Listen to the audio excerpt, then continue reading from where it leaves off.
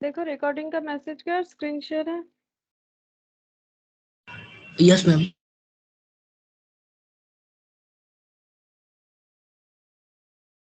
देखो इन्वेस्टमेंट पढ़ रहे थे हम लोग इस क्लास में, और यहाँ पर इलास्ट्रेशन 5 तक हम लोगों ने कंप्लीट किया था। और अभी तक हम लोगों ने क्या क्या कंसेप्ट कंप्लीट कर लिया है? वेरिएबल इनकम का सारा कंसेप्ट, यानी कि सॉरी वेरिएबल बोल रहे हैं, फिक्स्ड इनकम का सारा कंसेप्ट कंप्लीट हो गया, यानी कि डिवेंचर बॉन्ड या इस नेचर का कुछ होता है तो ठीक है।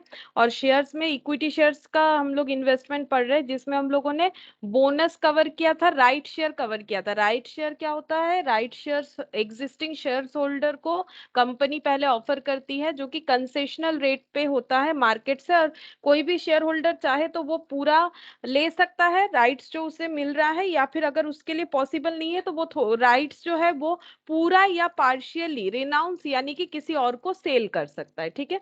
और आज हम लोग इसके साथ डिविडेंड का कंसेप्ट भी पढ़ेंगे, तो कंसेप्ट हम लोग का कंप्लीट हो जाएगा, तो हम लोग कोई भी क्वेश्चन कर पाएंगे, ठीक है। तो इलास्ट्रेशन 5 तक हम लोगों ने किया था। इलास्ट्रेशन 6 से हमें नया कंसेप्ट मिलेगा। ये देखो इलास्ट्रेशन 6, यहाँ पर क्या बोला है देखो।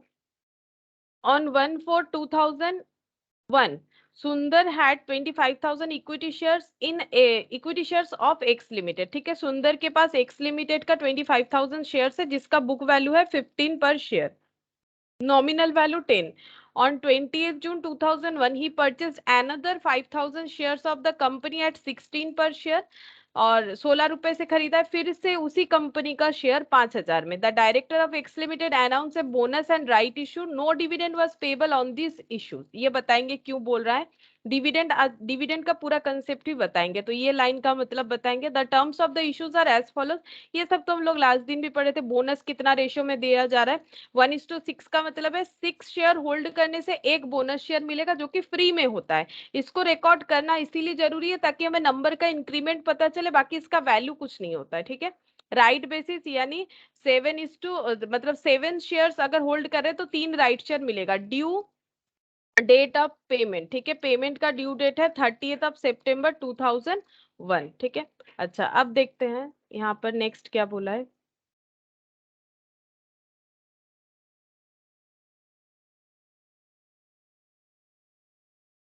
Share holders where entitled to transfer their rights in full और इन पार्ट, ठीक है। ये बता दिया है कि जो राइट शेयर है वो फुल्ली भी ले सकते हैं, पार्टली भी ले सकते हैं। अकॉर्डिंगली सुंदर sold 33.33% of this of his entitlement to Shekhar.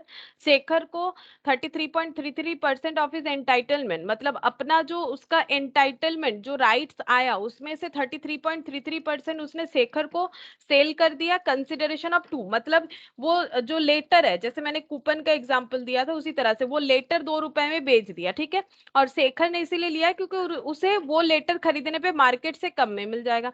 Dividend का यहाँ पर बता रखा है। Dividend for the year ended 31st March 2001 at the rate of 20% were declared by X limited and received by Sundar on 31st October 2001। ये पूरा point बताएंगे। Dividend for shares acquired by him इतना are to adjusted against cost of purchase, ये पूरा मतलब ही अभी हम लोग समझेंगे। और सुंदर ने 25,000 इक्विटी शेयर सेल कर दिया है 15 नवंबर को 5 रुपए प्रीमियम लगा के, मतलब 15 रुपीज में प्रीमियम ऑफ 5 बोला है। हम लोग को इन्वेस्टमेंट अकाउंट बनाना है, पीएल अकाउंट बनाना है। For your exercise assume that the books are closed on 31st December 2001, ठीक है। And shares are valued at average cost, ठीक है। एवरेज कॉस्ट में शेयर्स को वैल्यू करना है, और ये हमेशा एवरेज कॉस्ट पे ही होता है। मैंने लास्ट क्लास भी बोला था, अगर कुछ भी नहीं बोलेगा तो भी एवरेज कॉस्ट में ही करेंगे। तो पहले हम लोग टाइमलाइन बना लेंगे, फिर देखेंगे कि किस तरह से डिविडेंड समझ में आता है हम लोग को। देखो टाइमलाइन बनाएंगे तो इजीली समझ में आ जाएगा। इस क्वेश्चन के साथ ही हम समझा देते हैं। इलास्ट्रेशन 6,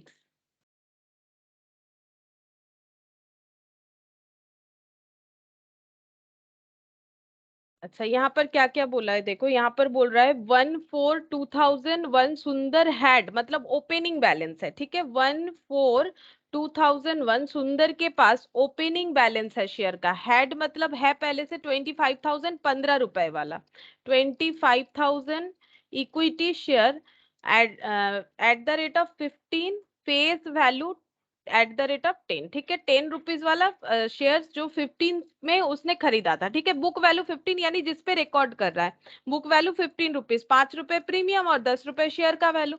तो 20 जून को फिर से परचेस किया है, 20 जून, यानी यहाँ पर लिख देते 20 जून 2001, ठीक है।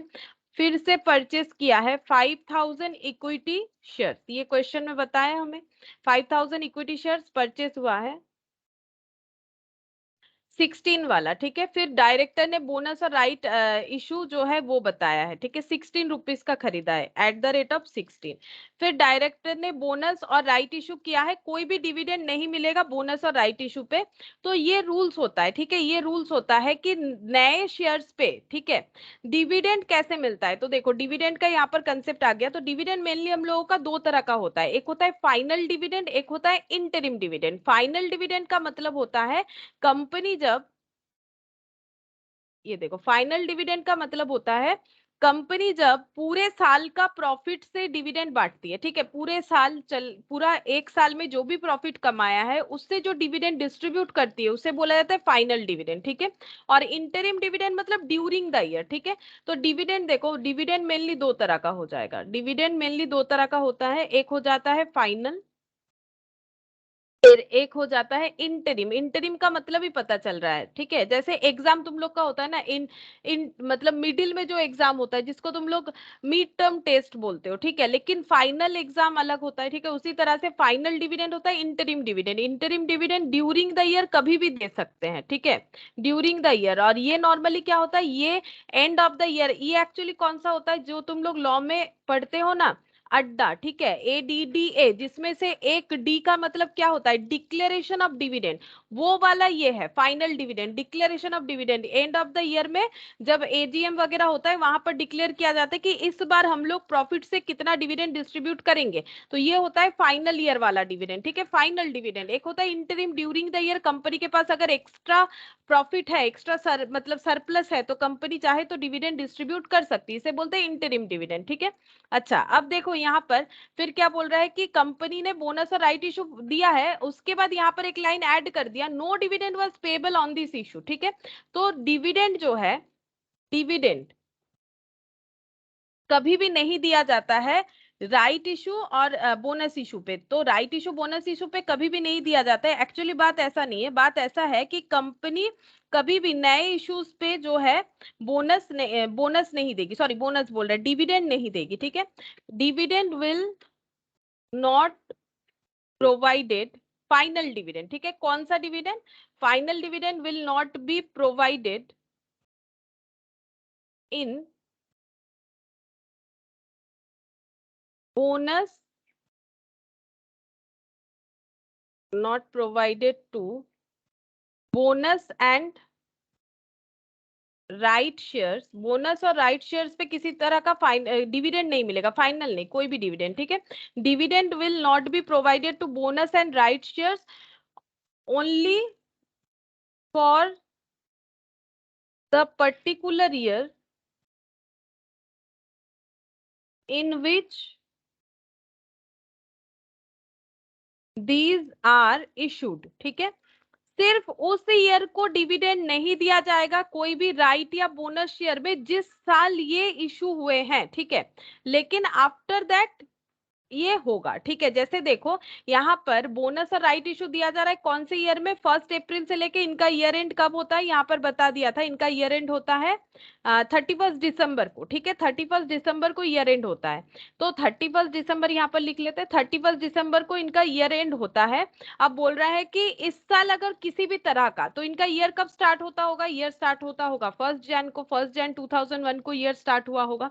अब इनका जो राइट शेयर और bonus share in the mean time जो जब भी डिक्लेयर होगा कंपनी के तरफ से, तो इस साल इसका डिविडेंड नहीं मिलेगा, लेकिन नेक्स्ट ईयर से मिलेगा। तो dividend will not be provided to bonus and right share only for the particular year, only for the particular year in which these are issued, but following the year, but after that bonus will be provided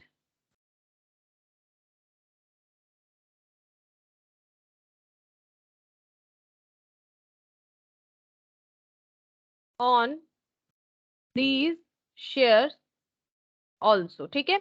इस shares पे भी bonus जो है provide हो जाएगा, ठीक है। अब देखो ये मैंने अपने हिसाब से लिखवा दिया, तुम लोग चाहो तो और भी अच्छे से लिख सकते हो। इसका मतलब यही होता है कि जिस साल बोनस और राइट इशू डिक्लेयर हुआ है उस साल कभी भी इस पे डिविडेंड नहीं मिलेगा, लेकिन उसके बाद से मिलेगा, ठीक है। अब देखो बोनस कब डिक्लेयर हुआ है, 16 अगस्त को बोनस डिक्लेयर हुआ है, 16 अगस्त को, तो हम लोग इसको लिख लेते हैं। 16 अगस्त 2001 बोनस डिक्लेयर हुआ है। यहाँ पर बोनस कितना है, 1:6, 1:6 बोनस, ठीक है। तो बताओ बोनस कितना मिलेगा, कितने सारे बोनस शेयर होंगे, यहाँ पर लिख लेते हैं, ठीक है। समझने के लिए लिख लेते हैं, फिर पूरा क्वेश्चन हम लोग कर लेंगे। बोलो नंबर ऑफ बोनस शेयर कितना हो जाएगा। 5,000। 5,000, 25 और 5 था 30,000, 30,000 इंटू कितना हो जाएगा 1/6, ठीक है। 6 शेयर होल्ड करने से एक मिलेगा, एक के लिए 1/6, तो ये हो गया 5,000। लेकिन इस पे किसी तरह का डिविडेंड नहीं मिलेगा, अगर डिक्लेयर होता है तो, वैसे भी यहाँ पर बोल दिया है। राइट इशू हुआ है 31 अगस्त 2001 का, ठीक है। तो यहाँ पर लिखते हैं 31 अगस्त 2001 में राइट इशू हुआ है। राइट का जो रेशियो है वो है 3:7। तो बताओ कितना सारा राइट शेयर्स होगा, 25, 5 और 5, 35,000 इंटू 3/7, 15,000 राइट शेयर्स मिल जाएगा, ठीक है। अच्छा अब देखते हैं डेट फॉर पेमेंट। पेमेंट किसका बोला होगा, राइट शेयर का, क्योंकि बोनस का कोई पेमेंट नहीं करना पड़ता है। राइट शेयर खरीदना है कब तक, 30 सितंबर तक। तो 30 सितंबर के अंदर पेमेंट कर देना है राइट शेयर अगर लेना है तो। shareholders were entitled to transfer their right in full or in part. Accordingly, Sundar sold 33 and 1/3% of his entitlement to Sekhar for consideration of 2 per share. तो इस डेट पे इन्होंने क्या किया, इन्होंने अपना 1/3, इसको हम थोड़ा सा पीछे कर लेंगे, ठीक है। इन्होंने क्या किया, जो शेखर है इन्होंने बेच दिया है, ठीक है। सुंदर जो है इन्होंने बेच दिया है। इन्होंने यहाँ पर 2 पॉइंट किया, एक तो 1/3 जो है, 1/3 तो ये 2/3 हो जाएगा। 1/3 का मतलब 33 एंड 33.33 मतलब 1/3, ठीक है। 1/3 जो है वो सोल्ड कर दिया है, सेल, ठीक है, एट द रेट ऑफ कितना, कंसिडरेशन ऑफ 2 में। और बाकी जो 2/3 है ये परचेज कर लिया, ये राइट जो है ये परचेज कर लिया। परचेज कितने में करना पड़ेगा, कंसेशनल रेट जो है वो है, यहाँ पर कुछ बोला नहीं है, ठीक है। तो कुछ बोला नहीं है तो जो मार्केट प्राइस चल रहा है उसी में, नहीं कंसेशनल रेट तो बोलना चाहिए, कहाँ बोला है, ये रहा 15 रुपए, ठीक है। 15 रुपए में खरीदना पड़ेगा एट द रेट ऑफ 15, ठीक है। अच्छा अब यहाँ पर क्या बोल रहा है, अब देखो सोच रहे हो कि 15 रुपए तो मार्केट में चल रहा था, नहीं बढ़ गया था, 16 हो गया था, ठीक है। अच्छा अब देखो डिविडेंड क्या बोल रहा है, dividend for the year ended 31 मार्च 2001। ये कौन सा डिविडेंड है बोलो, dividend for the year ended 31 मार्च 2001, 31 मार्च 2001। अब ये कौन सा ईयर एंड है, ये उस कंपनी का यानी एक्स लिमिटेड का ईयर एंड है, ठीक है। एक्स लिमिटेड का ईयर एंड है, तो एक्स लिमिटेड का ईयर एंड 31 मार्च 2001 होता है, और इस ईयर एंड में एक्स लिमिटेड ने 20% डिविडेंड डिक्लेयर किया है। तो मुझे बताओ ये कौन सा डिविडेंड है, इंटरिम वाला या फाइनल वाला, क्या लगता है, लाइन पढ़ के लैंग्वेज पढ़ के क्या लग रहा है, ये इंटरिम वाला है फाइनल कि डिविडेंड। फाइनल डिविडेंड है, ठीक है। कंपनी अपना 31 मार्च 2001 का डिविडेंड डिक्लेयर कर रही है, रेट है 20%, और सुंदर ने ये डिविडेंड रिसीव किया है 31 अक्टूबर को, ठीक है। मतलब इससे आगे जाना पड़ेगा, 31 अक्टूबर को रिसीव हुआ है, मतलब डिक्लेयर करने के बाद रिसीव डेट अलग हो सकता है ना, कि रिसीव कंपनी इतने तारीख को पे कर रही है डिक्लेयर करने के बाद, तो 31 अक्टूबर को क्या मिलेगा, डिविडेंड मिलेगा। कौन सा डिविडेंड मिलेगा, फाइनल, कंपनी ने फाइनल डिविडेंड डिक्लेयर किया है, डिविडेंड फाइनल वाला मिलेगा। अब क्या बोल रहे हैं, dividends for shares acquired by him on 20 June 2001 are to be adjusted against the cost of purchase. बोल रहे हैं कि 20 जून को जो मतलब शेयर परचेज हुआ था उस पे जो डिविडेंड मिलेगा वो कॉस्ट ऑफ परचेज के अगेंस्ट में एडजस्ट करना है। ये पॉइंट क्या है, अब ये पॉइंट समझो, ये पॉइंट क्या हो रहा है, यहाँ पर लिखते हैं। अब देखो डिविडेंड, जैसे मैंने पहले ही बोला, डिविडेंड हम लोग का 2 तरह का होता है, ठीक है। अगर कंपनी डिविडेंड डिक्लेयर करती है तो ये जो सुंदर है, ठीक है, इनको कितना डिविडेंड मिलेगा, कितने शेयर्स पे डिविडेंड मिलेगा। तो ये देखो, इस पे नहीं मिलेगा, इस पे नहीं मिलेगा, क्यों? क्योंकि मैंने पहले प्रोविजन बता दिया है, बोनस शेयर और राइट शेयर पे जिस साल ये इशू होते हैं उस साल नहीं मिलता है, नेक्स्ट ईयर से मिलेगा। तो ये दोनों पे नहीं मिलेगा, एक तो 25,000 पे मिलेगा और एक जो है 5,000 पे मिलेगा। ठीक है, अब हम लोग चेक करते हैं कितना करके डिविडेंड मिल सकता है। ठीक है, अच्छा ये देखो यहाँ पर लिखते हैं कौन सा डिविडेंड मिल रहा है, फाइनल डिविडेंड।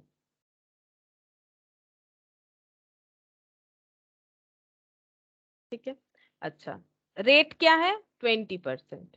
कितने शेयर्स पे मिलेगा, एक तो ओपनिंग बैलेंस वाले शेयर्स पे मिलेगा, ठीक है, और एक परचेज वाले शेयर्स पे मिलेगा। ओपनिंग मतलब है 25,000 और ये वाला है 5,000। ठीक है, ये हम लोगों ने परचेस किया है, कब परचेस किया है, ड्यूरिंग द ईयर, और ये हम लोगों ने ओपनिंग मतलब पहले से परचेस किया हुआ था।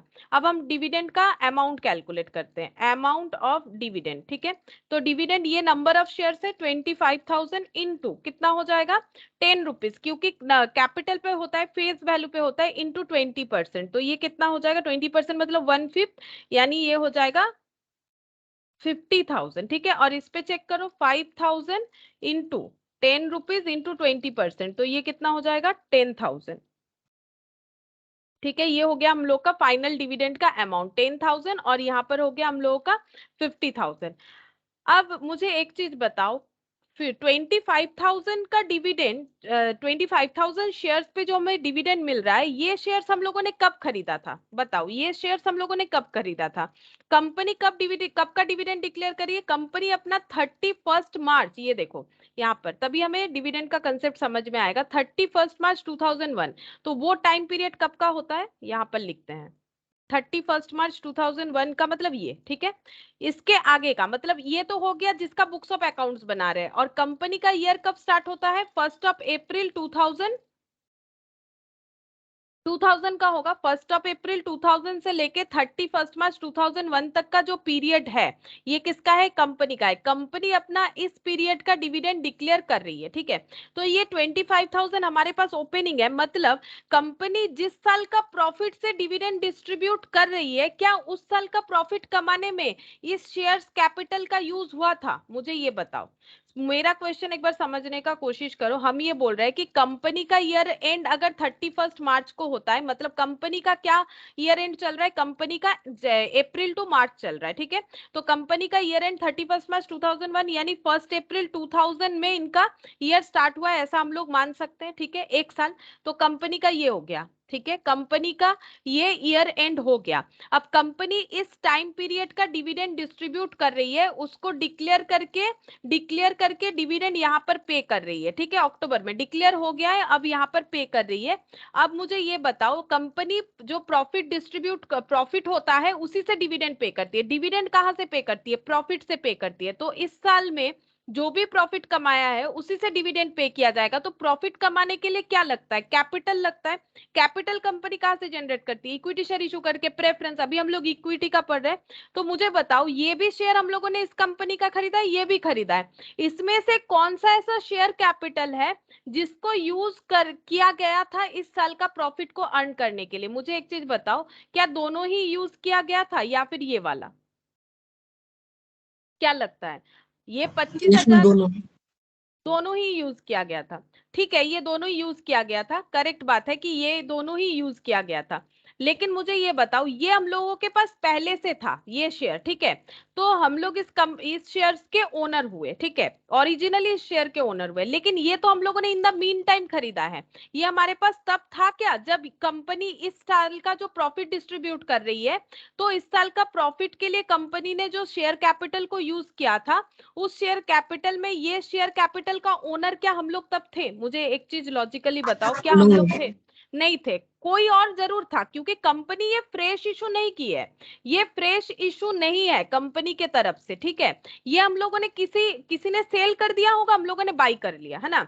मार्केट में तो रोज सेल बाई चलते रहता है, तो ये हम लोगों ने परचेस कब किया है, यहां पर किया है। मतलब इस साल के प्रॉफिट में ये शेयर नहीं था ऐसा नहीं बोल सकते, था, लेकिन ओनर कोई और था, हम लोगों ने इसको यहाँ परचेस किया है। तो मुझे ये बताओ, लॉजिकली डिविडेंड कौन सा, हमें किस पे डिविडेंड लेना चाहिए, किस पे नहीं नहीं लेना चाहिए। अगर लॉजिकली देखें तो ये शेयर हम लोग तब से होल्ड कर रहे हैं जब का प्रॉफिट डिस्ट्रीब्यूट हो रहा है। प्रॉफिट इस पीरियड का डिस्ट्रीब्यूट हो रहा है और इस पीरियड में हम लोगों ने ये शेयर होल्ड कर रखा था, तो इस पे हमें फाइनल डिविडेंड जरूर मिलना चाहिए। ठीक है, इसमें कोई प्रॉब्लम नहीं है, क्योंकि ये 25,000 शेयर हम लोग तब से होल्ड कर रहे हैं जब का प्रॉफिट कंपनी आज डिस्ट्रीब्यूट करना चाह रही है। ठीक है, तो ये प्रॉफिट मतलब ये डिविडेंड हम लोग इजीली ले सकते हैं, कोई प्रॉब्लम नहीं। और ये हमारा क्या है, अर्निंग है। ये डिविडेंड हमारा क्या हो जाएगा, अर्निंग हो जाएगा। तो इसको हम लोग क्या लिखेंगे, देखो इसका नाम हम लोग इस तरह से लिखेंगे,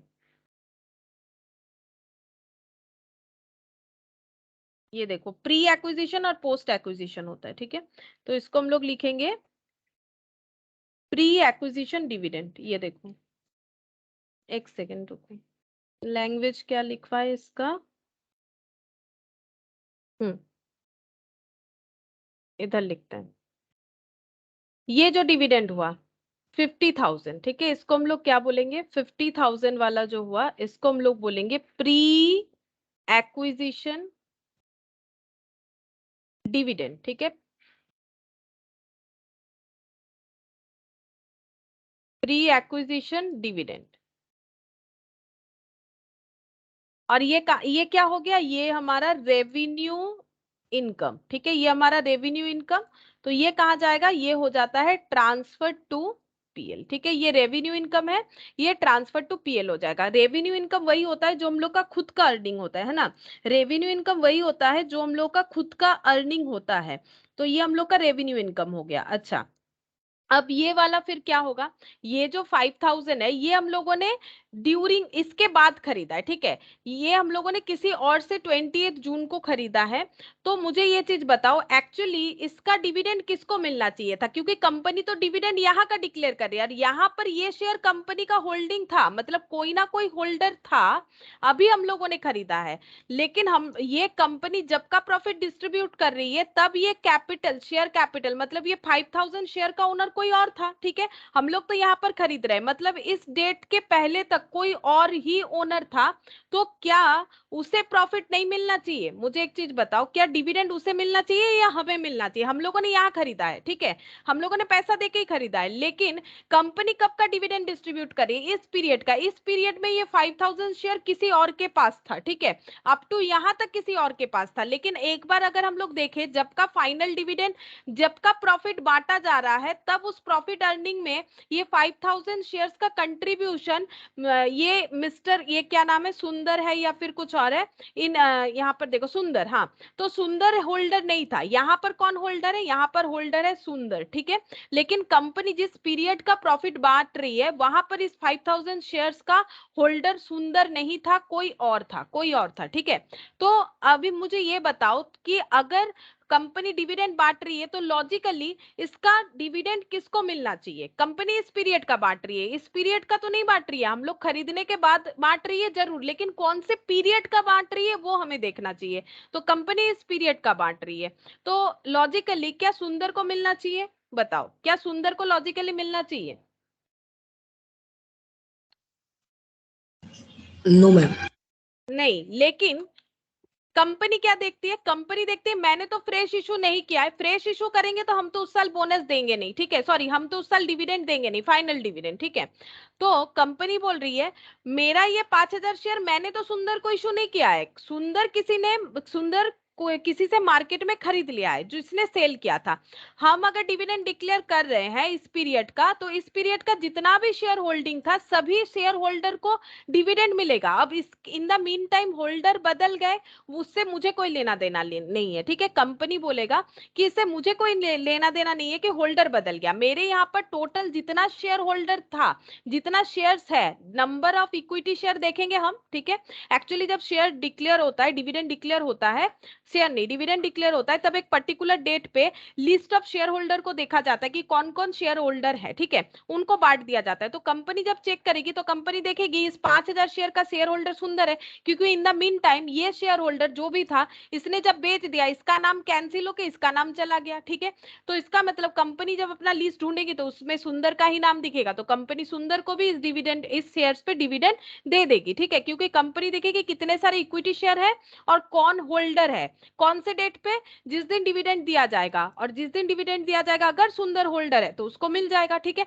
और सुंदर ने तो देखो कोई भी शेयर नहीं बेचा है, अगर सुंदर बेच देता तो कंपनी डिक्लेयर करने के पहले अगर बेच देता तो उसे डिविडेंड नहीं मिलता, ठीक है। तो इसका मतलब सुंदर को इस पे भी डिविडेंड मिलेगा।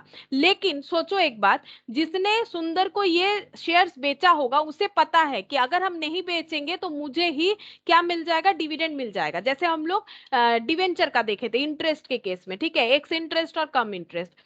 तो ये जो पर्सन जिसने सुंदर को बेच दिया है शेयर्स, ठीक है, या फिर जिससे सुंदर ने खरीदा है, उसने ऑब्वियसली मतलब हायर प्राइस पे बेचा होगा। मतलब जैसे हम लोग बोलते हैं ना कि इंटरेस्ट लगा के बेचना, वैसे ये डिविडेंड का कॉस्ट लगा के बेच दिया होगा, ठीक है। मतलब एक्स्ट्रा प्राइस में बेचा होगा, सस्ते में नहीं, महंगे में बेचा होगा, ठीक है, महंगे में बेचा होगा। और महंगा कितना? वो डिविडेंड का प्राइस उसमें ऐड कर लिया होगा, ठीक है। जितना डिविडेंड वो लूज करेगा ऐसा प्रोबेबली सोच रहा है, उतने में वो बेच दिया होगा। इसीलिए हम लोगों ने जो शेयर, मतलब सुंदर ने यहाँ पर जो शेयर खरीदा है वो महंगा खरीदा है, तो इसीलिए उसको अपना कॉस्ट को एडजस्ट करना पड़ेगा। और महंगा क्यों खरीदा है? क्योंकि उसने डिविडेंड का प्राइस पकड़ लिया होगा, ठीक है, डिविडेंड का प्राइस उसमें इंक्लूड कर लिया होगा जो सेल किया है। इसीलिए देखो, dividend for shares acquired by him on 26 June 2001 are to be adjusted against cost of purchase. तो हमें अपना कॉस्ट को क्या करना पड़ेगा? सही दिखाना पड़ेगा, कॉस्ट हायर है, ठीक है। तो ये जो 5000 वाला है ना, यहाँ पर ये जो 5000 का हम लोगों ने यहाँ पर डिविडेंड देखा, ये देखो 5000 का, सॉरी 10,000, 5000 क्यों लिख दिए, ठीक है। ये जो 10,000 का डिविडेंड है, ये इसको हम लोग बोलते हैं post acquisition dividend. Post acquisition dividend मतलब एक्वर करने के, मतलब हम लोग एक्वर करने के पहले का पीरियड का डिविडेंड डिक्लेयर हुआ है, ठीक है, इसको बोलते हैं पोस्ट एक्विजिशन डिविडेंड, ठीक है। तो ये हो जाता है कैपिटल, इसको कैपिटल इनकम नहीं बोलेंगे, इसको हम लोग इसको लिखेंगे एडजस्टेड अगेंस्ट, ऐसे लिखना चाहिए, adjusted against cost of investment. Investment के कॉस्ट के अगेंस्ट में हमें इसको एडजस्ट करना पड़ेगा, ठीक है। Adjusted against cost of investment, इस तरह से लिखना पड़ेगा, ये कॉस्ट ऑफ इन्वेस्टमेंट के अगेंस्ट में एडजस्ट हो जाएगा। अच्छा, अब हम लोग इस क्वेश्चन को कर सकते हैं। तो यहाँ पर देखो, दो चीज हमारा कैलकुलेट होके आया, एक तो है कि पोस्ट एक्विजिशन डिविडेंड, एक होता है प्री एक्विजिशन डिविडेंड, ठीक है। ये दो चीज हमें देखना पड़ेगा, पोस्ट एक्विजिशन और प्री एक्विजिशन। इसे हम लोग बोलते हैं प्री एक्विजिशन डिविडेंड। क्यों? देखो, अगर इसको इस तरह से चेक करोगे, यहाँ पर डिविडेंड डिक्लेयर हुआ, ये देखो इस तरह से मैं ड्रॉ करके भी देख सकते हो, ये देखो यहाँ पर डिविडेंड डिक्लेयर हुआ, ठीक है, लेकिन कौन से पीरियड का? इस पीरियड का। इसको हम लोगों ने कब एक्वायर किया था? ये ओपनिंग है, मतलब कभी ना कभी इसके पहले एक्वायर किया होगा, ठीक है। तो इस पीरियड का डिविडेंड यहाँ पर डिक्लेयर हो रहा है, ठीक है। तो ये हो गया पोस्ट एक्विजिशन डिविडेंड, एक्वायर करने के बाद का, ठीक है, पोस्ट एक्विजिशन। और एक हो जाता है प्री एक्विजिशन डिविडेंड, यानी एक्वायर करने के पहले का, ठीक है, प्री एक्विजिशन डिविडेंड। तो प्री एक्विजिशन डिविडेंड जो है मैंने यहाँ पर समझा दिया। प्री एक्विजिशन का मतलब जो डिविडेंड हम लोगों ने एक्वायर कर रखा था पहले से, ठीक है, उस पे डिविडेंड डिक्लेयर हो रहा है, तो प्री एक्विजिशन, ठीक है। एक्वायर कर किया है बाद में, लेकिन उस पीरियड का डिविडेंड डिक्लेयर हो रहा है जिस पीरियड में ये किसी और का होल्डिंग था, ठीक है। तो ये हो जाएगा हम लोग का कॉस्ट से एडजस्ट करना पड़ेगा, ठीक है। इसको हम लोग क्या करेंगे? कॉस्ट में एडजस्ट करेंगे। अब देखो क्वेश्चन करते हैं तो समझ जाएंगे। देखो यहाँ पर लिखते हैं, books of Sundar, in the books of Sundar investment account, in the books of Sundar investment account, investment account script क्या है? Equity share in X limited. अच्छा, अब यहाँ पर एक कॉलम हम लोग का बढ़ जाएगा, जैसे हम लोग इंटरेस्ट कॉलम ऐड कर रहे थे यहाँ पर, वैसे डिविडेंड कॉलम ऐड करेंगे, ठीक है। तो यहाँ पर हो गया date, particular, number of shares, dividend amount, date, particulars, number of share, dividend, amount. अच्छा, अब सबसे पहले यहाँ पर देखो ओपनिंग इक्विटी शेयर था, इसको रिकॉर्ड करेंगे 1 अप्रैल को।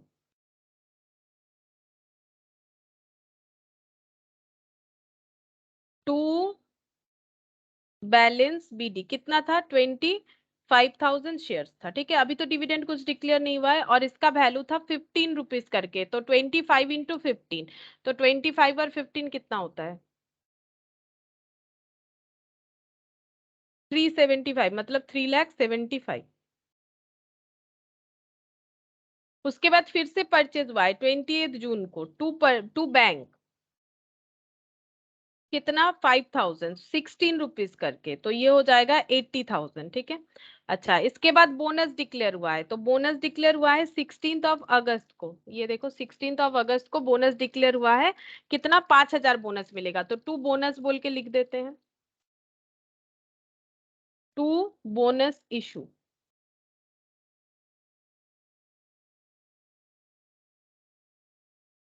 5,000, इसका कोई कॉस्ट नहीं होगा। अच्छा, फिर 30th, ये देखो यहाँ पर राइट इशू डिक्लेयर हुआ है यहाँ पर, और यहाँ पर लेना पड़ेगा 30th सितंबर को राइट इशू जो है एक्सरसाइज करना पड़ेगा, तो यहाँ पर लिखते हैं 30th of September. To bank right issue खरीदना पड़ता है, ठीक है, तो टू बैंक हो गया। अच्छा, कितना खरीद रहा है और कितना दे दे रहा है, देखो 1/3 और 2/3 यहाँ पर ही कर लेते हैं, बाद में वर्किंग नोट बना लो। ये देखो 1/3, तो ये हो जाएगा 15,000 का 1/3 यानी 5,000, ये 15,000 का 2/3 यानी 10,000। ठीक है, 10,000 परचेज कर रहा है, 5,000 सेल कर दे रहा है, 2 रुपए कंसिडरेशन में। ये प्रॉफिट होता है, ये पीएल में चला जाता है। ठीक है, ये प्रॉफिट हुआ तो ये पीएल में चला जाएगा, इसका एंट्री यहाँ पर तो नहीं आएगा, तो 10,000 का एंट्री आ जाएगा। 10,000 खरीद रहा है 15 रुपए करके, यानी 1,50,000 से एंट्री करना पड़ेगा, नंबर ऑफ शेयर्स में 10,000 चला जाएगा। अच्छा, अब कंपनी क्या डिक्लेयर कर रहा है, डिविडेंड। डिविडेंड डिक्लेयर करने से पैसा आता है, तो एंट्री क्या हो जाएगा, कब डिक्लेयर किया है, ये देखो 31 अक्टूबर को मिल गया है। ठीक है, डिक्लेयर करने के बाद 31 अक्टूबर को डिविडेंड मिल गया है, तो क्या एंट्री हो जाएगा, बाई बैंक, डिविडेंड मिला है तो बाई बैंक। एक हमारा अर्निंग है, ये वाला हम लोग का अर्निंग है, ये देखो यहाँ पर मैंने लिखा है, ये देखो ये अर्निंग है कितना, 50,000, तो ये कहां पर जाना चाहिए, देखो पहला बात है डिविडेंड कैसा भी डिक्लेयर होना क्यों, इसमें नंबर ऑफ शेयर्स कभी नहीं बढ़ेगा ना तो घटेगा। ठीक है, 50,000 ये मेरा अर्निंग है, अर्निंग है तो डिविडेंड अर्निंग में दिखाएंगे। ठीक है, ये डिविडेंड के कॉलम में दिखाएंगे, जैसे इंटरेस्ट का अर्निंग इंटरेस्ट कॉलम में दिखाया जाता है।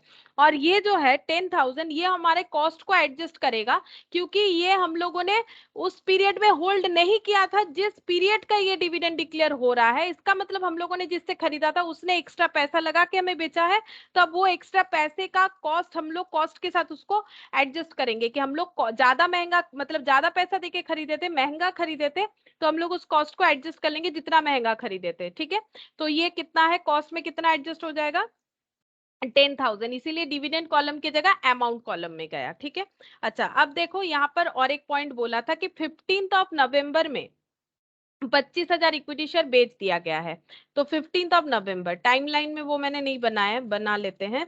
ये देखो बाई बैंक हम लोगों ने बेच दिया है कितना, 25,000 इक्विटी शेयर बेच दिया है, 15 रुपीज, प्रीमियम है 15, मतलब 5 रुपीज प्रीमियम, यानी 15 रुपीज में बेच दिया है 3,75,000। और जब भी बेचेंगे या तो हमारा प्रॉफिट होगा या तो हमारा लॉस होगा, वो चेक करेंगे और एवरेज कॉस्ट मेथड से चेक करेंगे, देखते हैं क्या होता है, प्रॉफिट है कि लॉस है।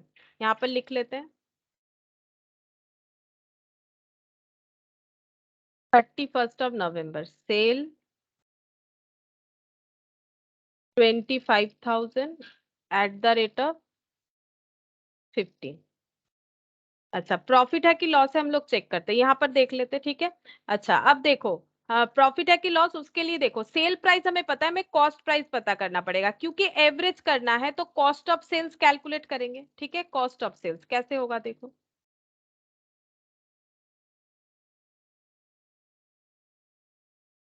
कॉस्ट ऑफ सेल्स कितना कॉस्ट हम लोगों ने इनकट किया है, 3,75,000, 80, 1,50,000 और 10,000 क्या करेंगे, माइनस कर देंगे, क्योंकि हम लोग इसको डिविडेंड नहीं दिखा के, सोचो ये हमारा डिविडेंड है, लेकिन इसको हम लोग डिविडेंड नहीं दिखा के बोलेंगे हमारा कॉस्ट जो एक्स्ट्रा था उसको हम लोग 10,000 से कम कर रहे हैं, तो ये तो अर्निंग है, डिविडेंड मिला या अर्निंग है, ये इतना पैसा लगा के हम लोगों ने खरीदा, उसमें से ये हम लोगों ने एक्स्ट्रा पैसा देके खरीदा, तो हम लोग बोल रहे हैं इसका प्राइस हम लोग 70,000 दिखाएंगे, क्योंकि हम लोग 10,000 लेस कर रहे हैं, क्योंकि ये ओवर वैल्यूड है, क्योंकि जिसने बेचा है उसने डिविडेंड डिक्लेयर होने के पहले ही बेचा है, तो उसने महंगे में बेचा होगा, ठीक है, तो कॉस्ट के साथ एडजस्ट किया जाता है, तो कॉस्ट हम लोग का ये माइनस ये करेंगे, 3,75,000 प्लस 80,000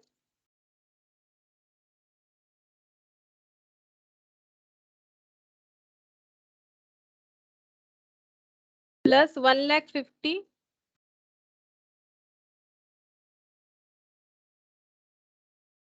माइनस 10,000 डिवाइडेड बाई ये 25,000 शेयर का था, फिर 5,000, फिर बोनस का मिला है मैम 13.22। 13.22, अच्छा इंटू करना पड़ेगा ना, जितना बेच रहा है 25,000 या कितना, इंटू करो फिर माइनस करके बताओ प्रॉफिट हो रहा है कि लॉस हो रहा है।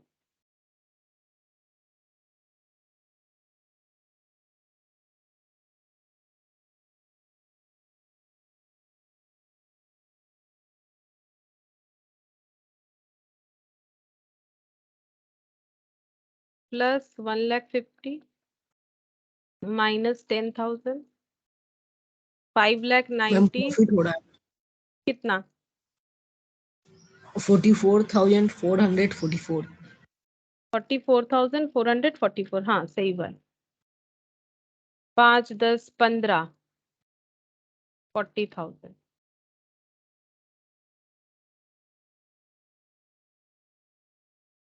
14.875, ये मल्टीप्लाई करना चाहिए है ना, ये कॉस्ट ऑफ सेल्स, ये यहाँ पर जगह नहीं हो रहा है, यहाँ पर कॉस्ट ऑफ सेल्स ये तो एक शेयर का निकल गया, हम लोग को मल्टीप्लाई करके लिखना पड़ेगा ना, ये पहले लिख लेते एवरेज मैम कॉस्ट।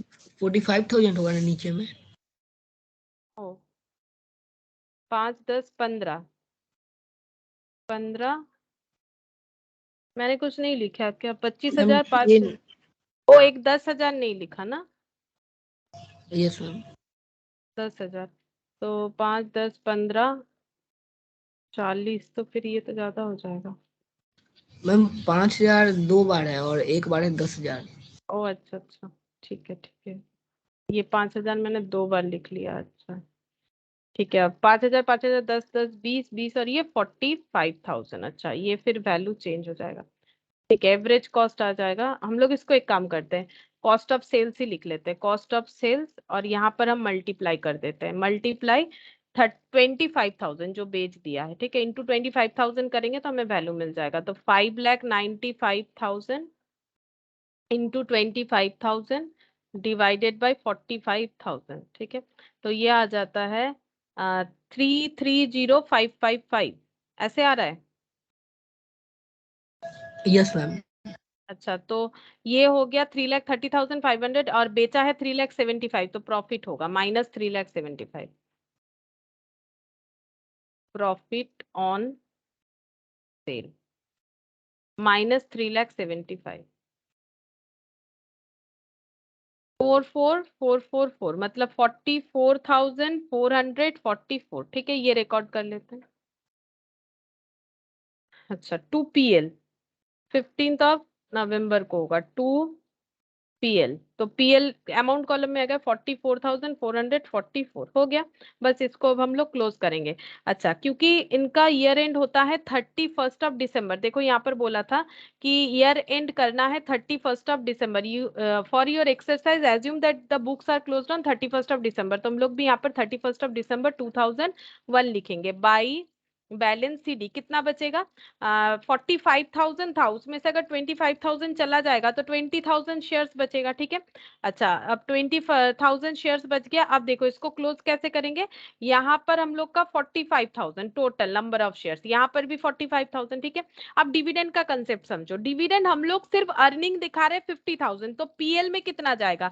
50,000 ही जाएगा, ठीक है। ये डिविडेंड जो है ये कहाँ ट्रांसफर होगा? अर्निंग है। अर्निंग को हम लोग कैसे लिखते हैं? जैसे सैलरी अगर किसी का अर्निंग होता है तो वो क्या लिखेगा? कैश टू सैलरी, ठीक है। फिर उसको कहाँ ट्रांसफर करेगा? पीएल में। या फिर अगर किसी का सेल अर्निंग होता है, उसी तरह से डिविडेंड अगर अर्निंग है तो dividend account bank to dividend, ठीक है। अब ये कहाँ ट्रांसफर होगा? पीएल में होगा, डिविडेंड टू पीएल। तो यहाँ पर लिखेंगे टू पीएल 31 टू पीएल बोल के। यहाँ पर ये प्रॉफिट वाला है, ठीक है। ये प्रॉफिट ऑन सेल है, ये पीएल अलग है। ये transfer of dividend, dividend transfer हो रहा है पीएल में।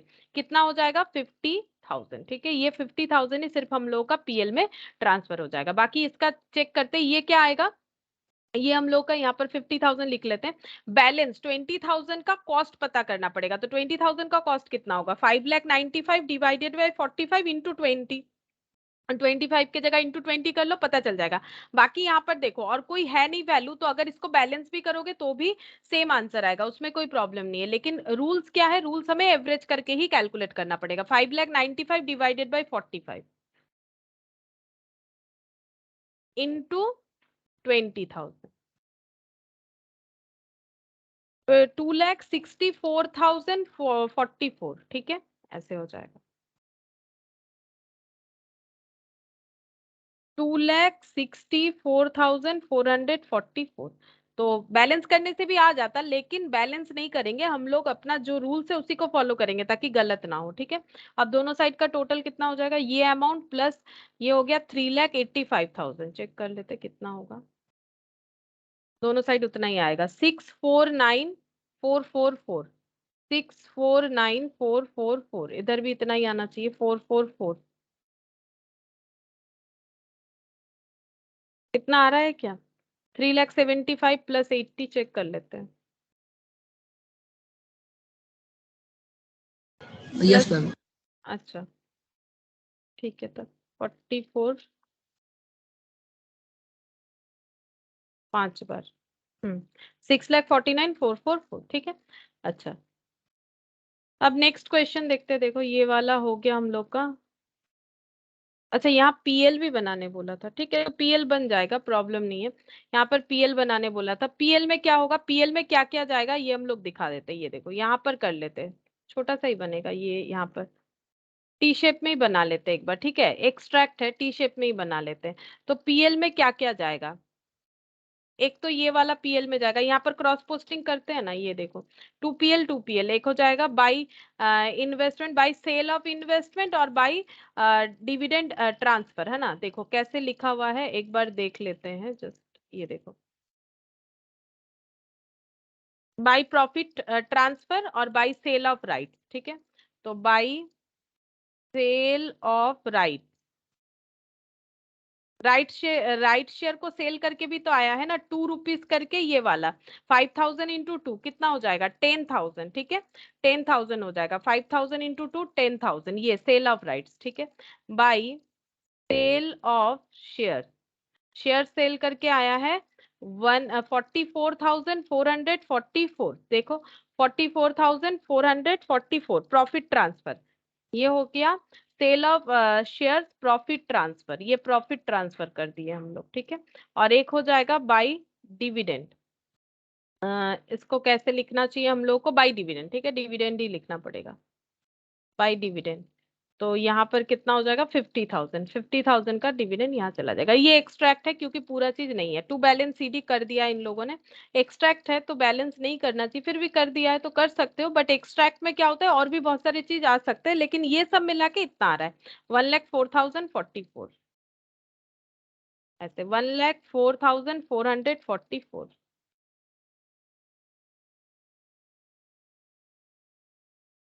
और इसको ऐसे भी लिख सकते हैं हम लोग, ये क्रॉस पोस्टिंग भी कर सकते हैं, बाई इन्वेस्टमेंट बोल के लिख सकते हैं, बाई इन्वेस्टमेंट बाई इन्वेस्टमेंट, और बाई इन्वेस्टमेंट बोल के हाइफन देके लिखना पड़ेगा profit on sale of shares, profit on dividend, ठीक है, इस तरह से, या फिर डिविडेंड अर्निंग, इस तरह से लिखना पड़ेगा, बाई इन्वेस्टमेंट बोल के भी हम लोग लिख सकते हैं, ठीक है।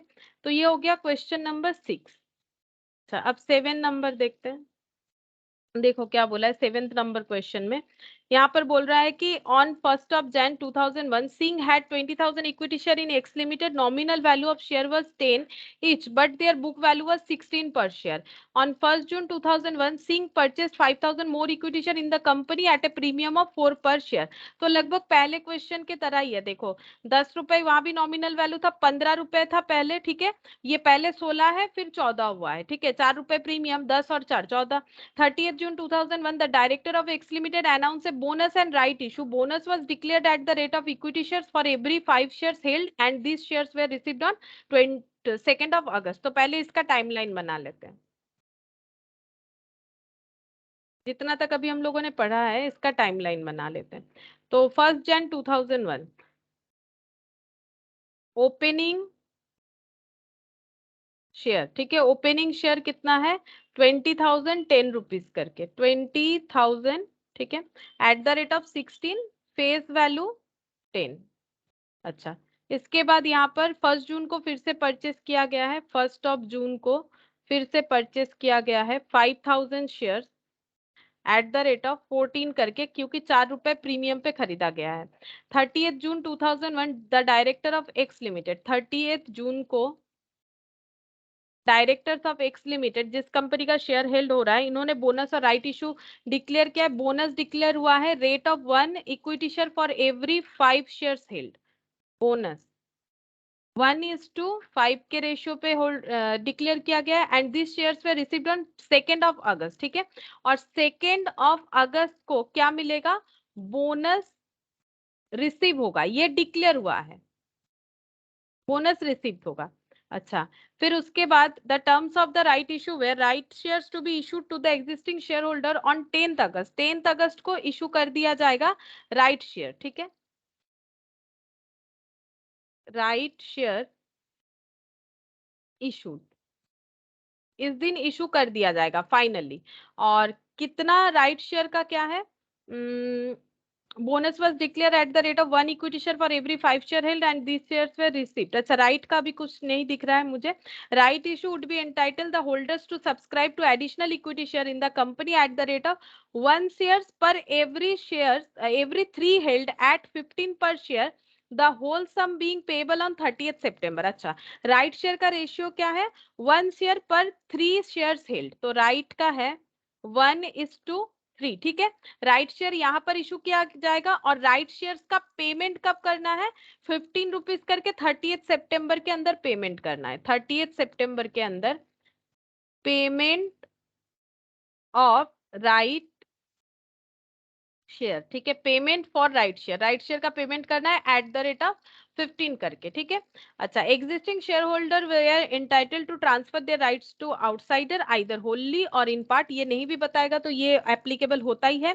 Singh exercise his option under the issue for 50% of his entitlement and the balance right he sold to Anant for a consideration of 1.50 पर शेयर, ठीक है, 50% लिया और 50% छोड़ दिया, ठीक है।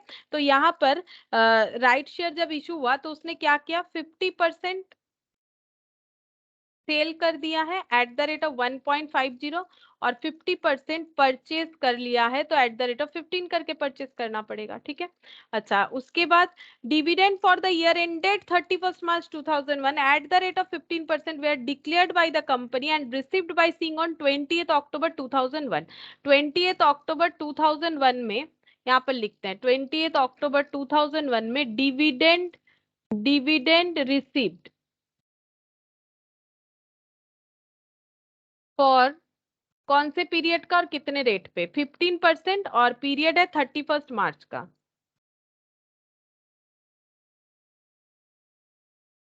एट द रेट ऑफ 15% करके 31st ऑफ मार्च का मिल रहा है, 31st March 2001। 1st नवंबर को सिंह ने सोल्ड कर दिया है 20,000 इक्विटी शेयर 3 रुपए प्रीमियम पे, यानी 13 रुपए पे।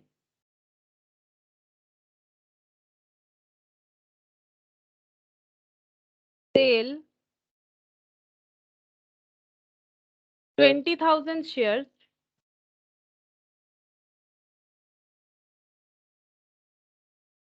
at the rate of ₹13. Date है 1st of November 2001, ठीक है। और कुछ नहीं है। द मार्केट प्राइस, अच्छा the market price of shares on 31 दिसंबर 2001, अच्छा इसके आगे भी करना पड़ेगा हमें। 31 दिसंबर 2001 मार्केट प्राइस है शेयर का, मार्केट प्राइस अपना है शेयर्स का 14 rupees. So the investment account as it would appear in the sings books on 31 December 2001 and the book value of the shares held on that date.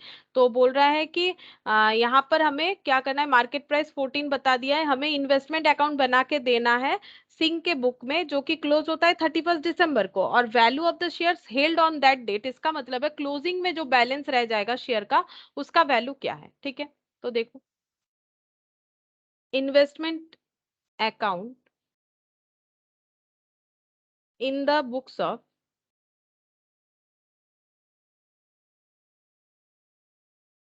Singh, investment account script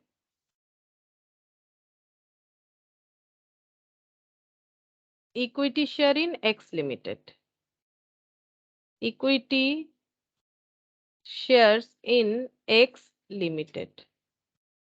अच्छा, column देखते हैं क्या क्या होगा। Date,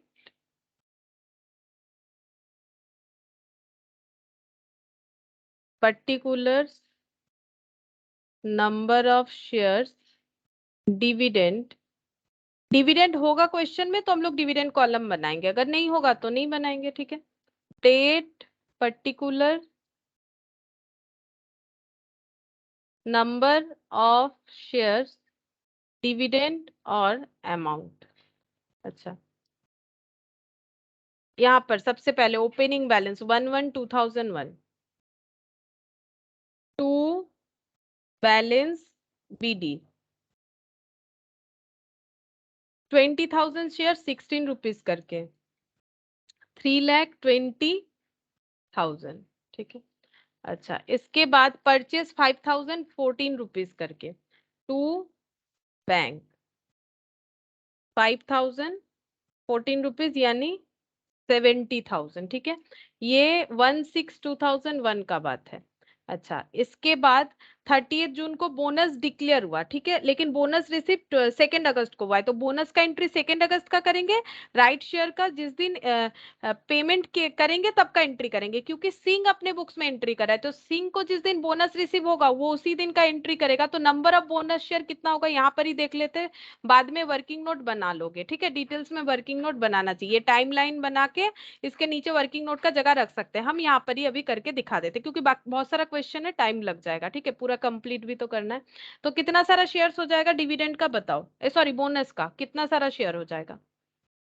20 और 5 25 into ये है 5,000, तो ये हो जाएगा 5,000 बोनस यहाँ पर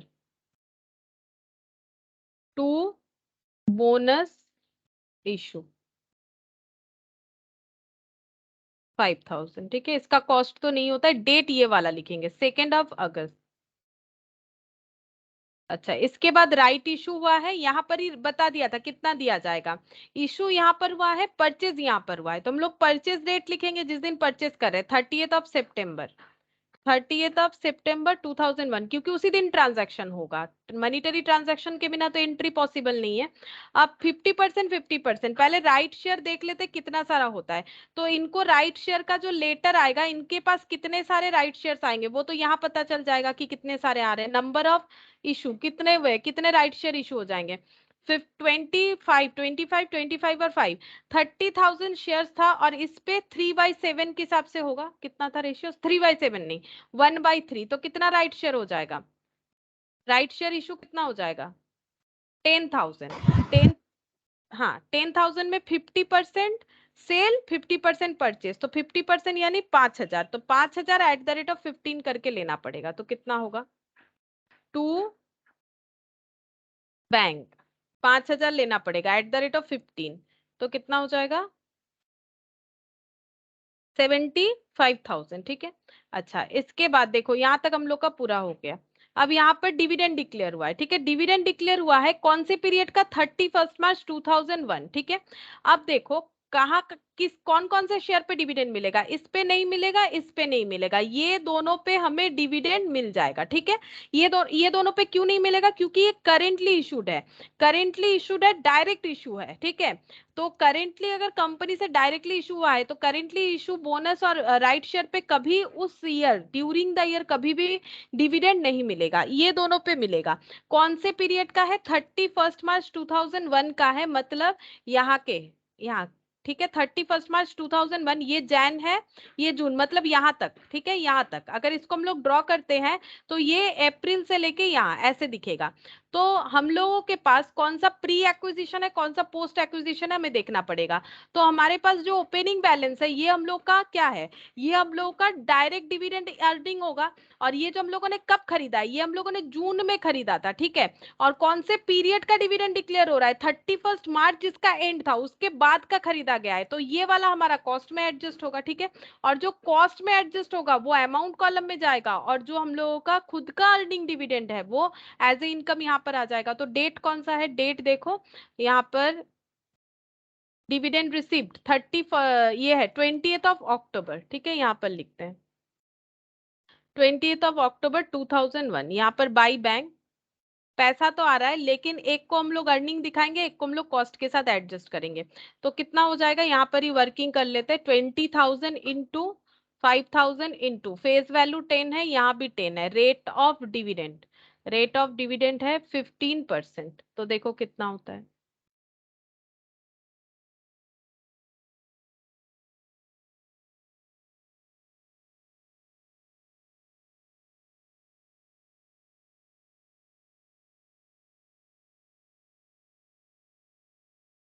20,000 इंटू 10% इंटू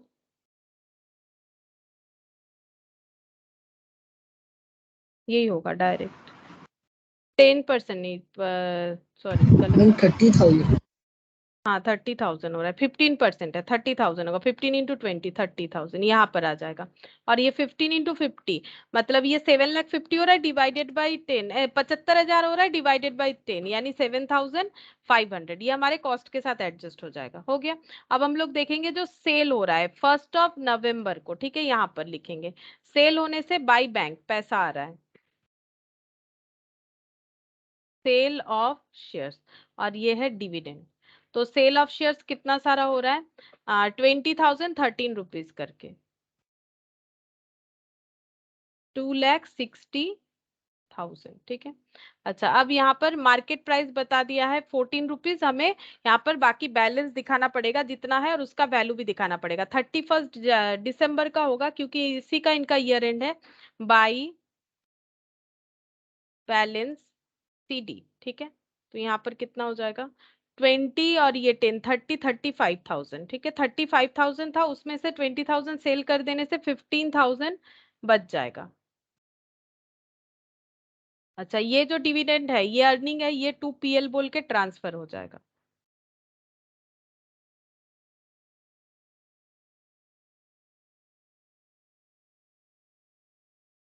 अच्छा, अब यहाँ पर वैल्यू कितना होगा, तो हम लोग एवरेज, अच्छा प्रॉफिट भी या लॉस जो भी है वो भी तो रिकॉर्ड करना पड़ेगा, सेल करके प्रॉफिट हुआ कि लॉस, यहाँ पर ही चेक कर लेते हैं। ठीक है, यहाँ पर एक बार वर्किंग नोट यहाँ बना लेते हैं।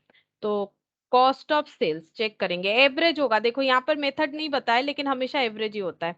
तो कॉस्ट ऑफ सेल्स, तो हमारे पास कितना कितना कॉस्ट इनकट है 3,20,000 70 75। तो यहाँ पर लिखते हैं 3,20,000 70 75,000। ठीक है, ये कॉस्ट हम लोगों ने इनकट किया है, और यहाँ से हम लोग 7,500 का कॉस्ट जो है एडजस्ट करना चाहते हैं। और यहाँ पर कितना कितना नीचे आ जाएगा 20 + 5 25 25 + 5 30 प्लस 5 35,000 डिवाइडेड बाय 35,000 इनटू जो सेल हो जा रहा है ये एवरेज कॉस्ट इनटू 20,000 3,20,000 70 और 75 मैम 261,428 अच्छा 261 428.57 अच्छा ये कॉस्ट तो प्रॉफिट हो रहा है कि लॉस प्रॉफिट ही हो रहा है इतने में बेचा है तो प्रॉफिट माइनस करके बताओ कितना होगा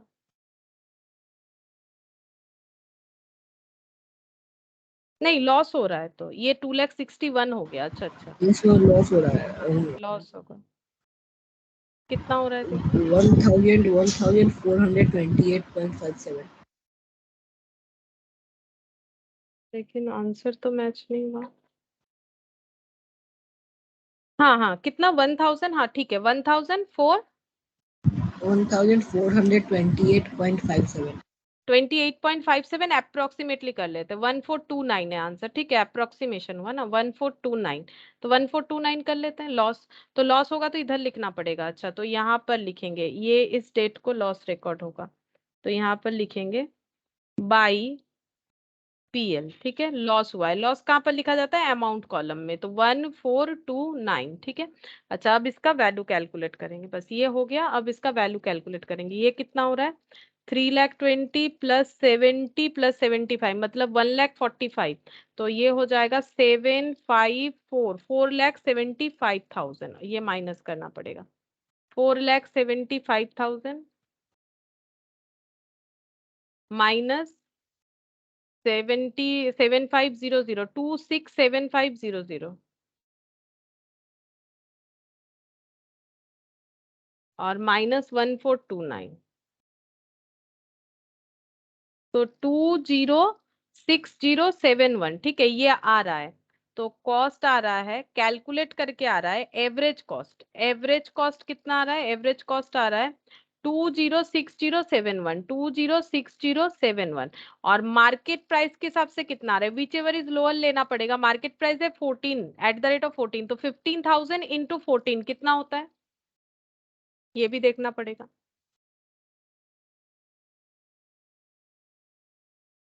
2,10,000 अच्छा ये सही आया कि नहीं एक बार चेक कर लेते हैं ये एवरेज कॉस्ट कितना आएगा ये डिवाइडेड बाय इनटू यहाँ पर करना पड़ेगा 15,000 तब पता चल जाएगा 3,20,000 +70 ऐसे करके करना चाहिए 3,20,000 +70 +75,000 3,20,000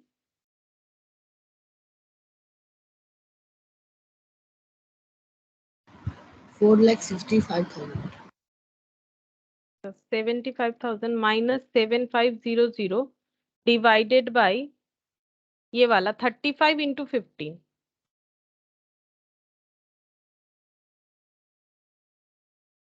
नहीं इतना आ रहा है ना 196071 ये आ रहा है ठीक है ये गलत आया था बाई चांस मेरा तब कैलकुलेट करके देखो ये वाला आना चाहिए एवरेज कॉस्ट मेथड से 19,196071 ठीक है ये आ रहा है ये सेम प्रोसेस होगा ना यहाँ पर 20 के जगह 15 लगेगा तो ये आना चाहिए अब विच एवर इज लोअर हमेशा क्योंकि इन्वेस्टमेंट का तो रिकॉर्डिंग वैसे ही होता है ना विच एवर इज लोअर तो कितने से रिकॉर्ड करेंगे कितने से रिकॉर्ड होना चाहिए 2,10,000 है 1,96,71 है 1,96,000 71 अब ये ऐड करने से कितना आएगा 4,75,000 आएगा चेक करते हैं आ रहा है कि नहीं नहीं भी आ सकता है क्योंकि बैलेंस करके जो वैल्यू आता है वो तो नहीं लिख रहा है ना तो 2,60,000 प्लस 1,429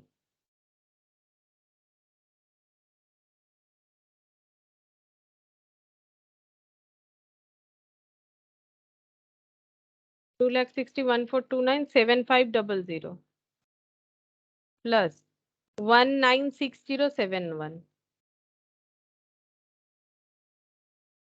4,65,000 आ रहा है ठीक है इधर है 4,75,000 तो यहाँ पर लिखेंगे 4,75,000 तो 4,65,000 और 75 मतलब 10,000 का गैप आ रहा है ठीक है इस 10,000 के गैप को लॉस बोल के रिकॉर्ड करना पड़ेगा एक बार चेक कर लेते हैं 10,000 का हम लोग का अच्छा यहाँ लॉस नहीं आ रहा है क्या 4,65,000 ही आ रहा है अच्छा ये कैसे पॉसिबल हो गया, एक सेकेंड देख लेते, क्या मेरा कैलकुलेशन गलत हो गया? 4,65,000 यहाँ मेरा टोटल गलत हुआ है क्या? 4,65,000 ही होगा। 3,20,000, 70 और 75 कितना होता है?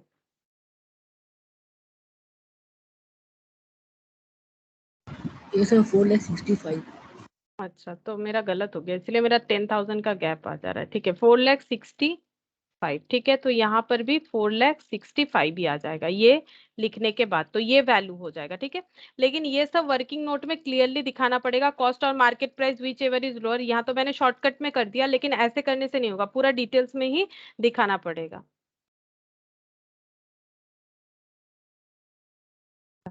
नेक्स्ट क्वेश्चन देखते हैं। इलास्ट्रेशन 8 देखो क्या बोल रहा है। A limited purchase 5,000 equity shares, nominal value इतना of Alliance limited for 105 each on 1st April 2001। The shares were quoted cum dividend, cum dividend मतलब इसमें डिविडेंड इंक्लूडेड है, ऑन 15th May 2001। और ये डिक्लेयर किया है इस कंपनी ने डिविडेंड, और पे किया है 2% for year and 31st March 2001, मतलब final dividend. On 30th June 2001 इन्होंने बोनस शेयर इशू किया है 1:5। 1st October को इन्होंने राइट शेयर इशू किया है 1:12 eight the rate of 45 per share. A limited subscribe to half of the right issue and balance was sold at 5 per share entitlement. The company declare interim dividend of 1% on 30th November 2001. Right shares were not entitled to dividend.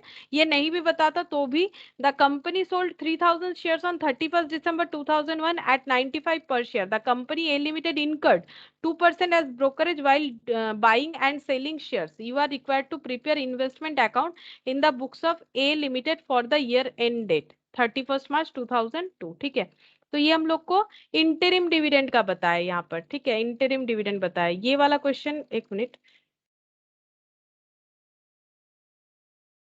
ये भी interim dividend का ही है, इसके बाद सारा ही शायद interim dividend का है। 10।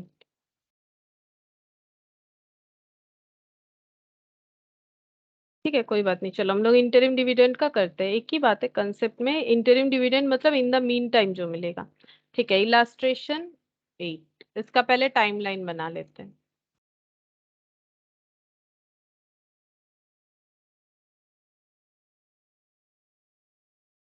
5,000 इक्विटी शेयर है, nominal value 105 each on 1st April 2001। ठीक है, तो यहाँ पर लिखते हैं 1st April 2001। 1st April 2001 opening balance. ठीक है, ओपनिंग बैलेंस कितना है? 5,000 equity share. 5,000 equity shares 100 is 105 eight the rate of 105। Nominal value जो है वो है एट द रेट ऑफ 100 करके। ठीक है, फिर कोटेड, ये इसका प्राइस कोटेड मतलब मार्केट में प्राइस चल रहा है कम डिविडेंड बेसिस पे। ठीक है, कम डिविडेंड मतलब डिविडेंड के साथ वो प्राइस है। ऑन 15th May 2001 इन्होंने डिक्लेयर किया है and paid dividend 2% for year ended 31st March 2001। ठीक है, तो 15th मई, इसके बाद ट्रांजैक्शन दिखाते हैं 15th मई का। Dividend 2%, dividend at the rate of 2% declare हुआ है 31st March 2001 का, फॉर 31st March 2001, यानी फाइनल डिविडेंड है, ये फाइनल डिविडेंड है। ठीक है, 30th June को बोनस इशू हुआ है 1:5। 30th June बोनस 1:5 में बोनस इशू हुआ है। 30th June bonus issue was 1:5। On 1st October right issue हुआ है 1:12। 1st October को राइट इशू हुआ है 1:12 रेशियो पे। ठीक है, 1:12 एट द रेट ऑफ 45। खरीदना है तो 45 रुपीज से खरीदना पड़ेगा। अच्छा, A limited subscribe to half of the right issue and balance was sold at 5 per right entitlement. ठीक है, ए लिमिटेड मतलब जिसने शेयर खरीदा है एलाइंस लिमिटेड में, एलाइंस लिमिटेड में ए लिमिटेड एक कंपनी है जिसने दूसरे कंपनी का शेयर खरीद रखा है। इन्होंने सब्सक्राइब किया है राइट इशू आधा, और बाकी बेच दिया है 5 रुपीज पर एंटाइटलमेंट। ठीक है, तो 50% purchase, 50% sale at the rate of five और कैसे बेचा है? राइट शेयर्स वे, अच्छा कैसे बेचा है? राइट एंटाइटलमेंट, मतलब अपना राइट्स जो है वो सेल कर दिया था। Company declare interim dividend 1% on 30th नवंबर 2001, ठीक है। तो 30th नवंबर 2001 में इंटरिम डिविडेंड डिक्लेयर हुआ है। इंटरिम डिविडेंड डिक्लेयर हुआ है कितना? यहाँ पर 1%। interim dividend at the rate of 1%. Right shares were not entitled to dividend. Right shares पे कोई dividend नहीं मिलेगा. The company sold 3000 shares on 31st December 2001. 31st December 2001 में सेल कर दिया है शेयर। कितना? 3000 eight the rate of 95, 3000 eight the rate of 95 करके, ठीक है। अच्छा, कंपनी का ब्रोकरेज ए लिमिटेड, मतलब जो कंपनी है ए लिमिटेड, इनका 2% as brokerage while buying and selling the share. जब ये A limited company alliance limited का शेयर खरीद रही थी, बेच रही थी, तो 2% ब्रोकरेज के साथ हो रहा था, ठीक है। तो पूरा ही ट्रांजैक्शन 2% ब्रोकरेज पे चल रहा है, चाहे सेल हो चाहे परचेज हो। परचेज होने पे ऐड होगा, सेल होने से लेस होगा। You are required to prepare investment account. Investment account हमें प्रिपेयर करना है। एक काम करते हैं, ये वाला पेज वर्किंग नोट के लिए रख देते हैं, यहाँ पर कर लेते हैं इन्वेस्टमेंट अकाउंट।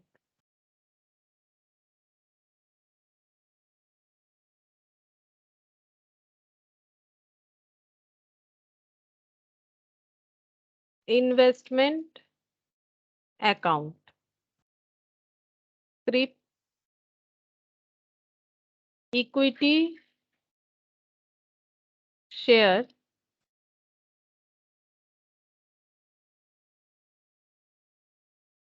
इन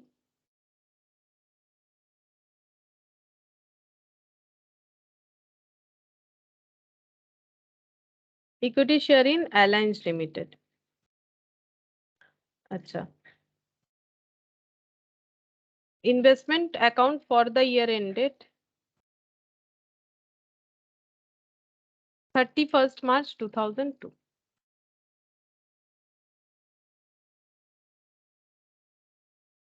डेट पर्टिकुलर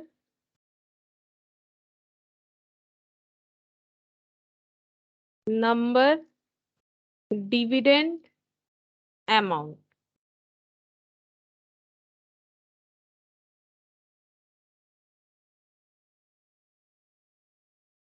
डेट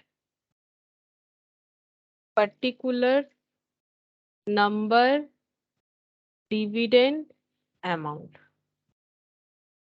अच्छा, अब यहाँ से स्टार्ट करते हैं। 1/4/2001 में इनके पास ओपनिंग बैलेंस था 5000 एट द रेट ऑफ 105 करके, तो लिखते हैं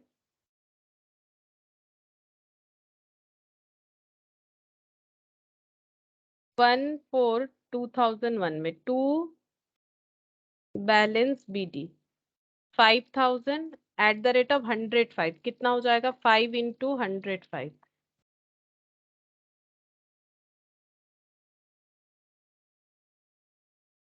5,25,000। अच्छा, इसमें ब्रोकरेज भी तो लगाना पड़ेगा, सिर्फ ऐसे करने से नहीं होगा, इसीलिए मैंने ये पेज रख दिया था। वर्किंग नोट नंबर 1, ठीक है। तो 1/4/2001 purchase price,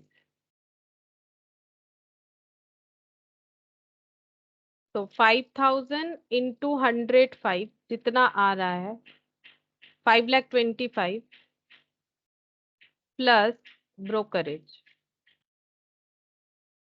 eight the rate of 2%, 10,500। तो ये कितना हो जाएगा?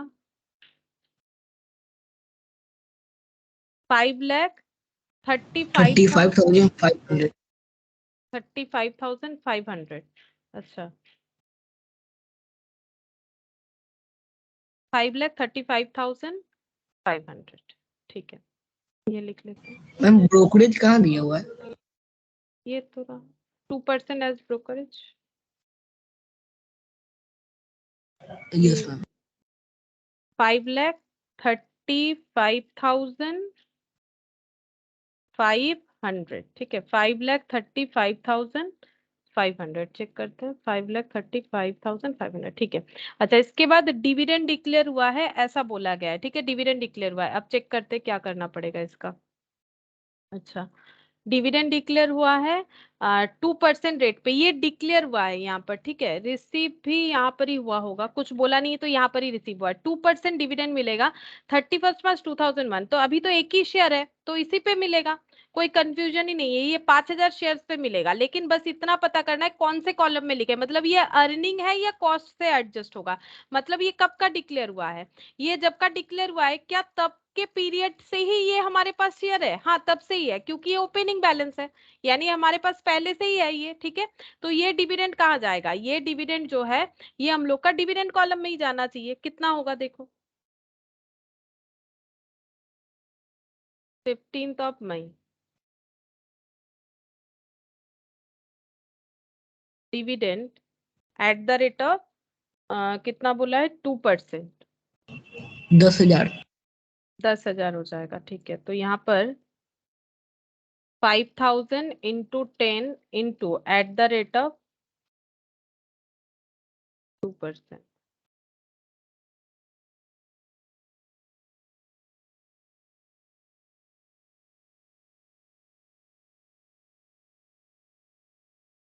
ये 15 एक सेकंड ये रीड कर लेते हैं।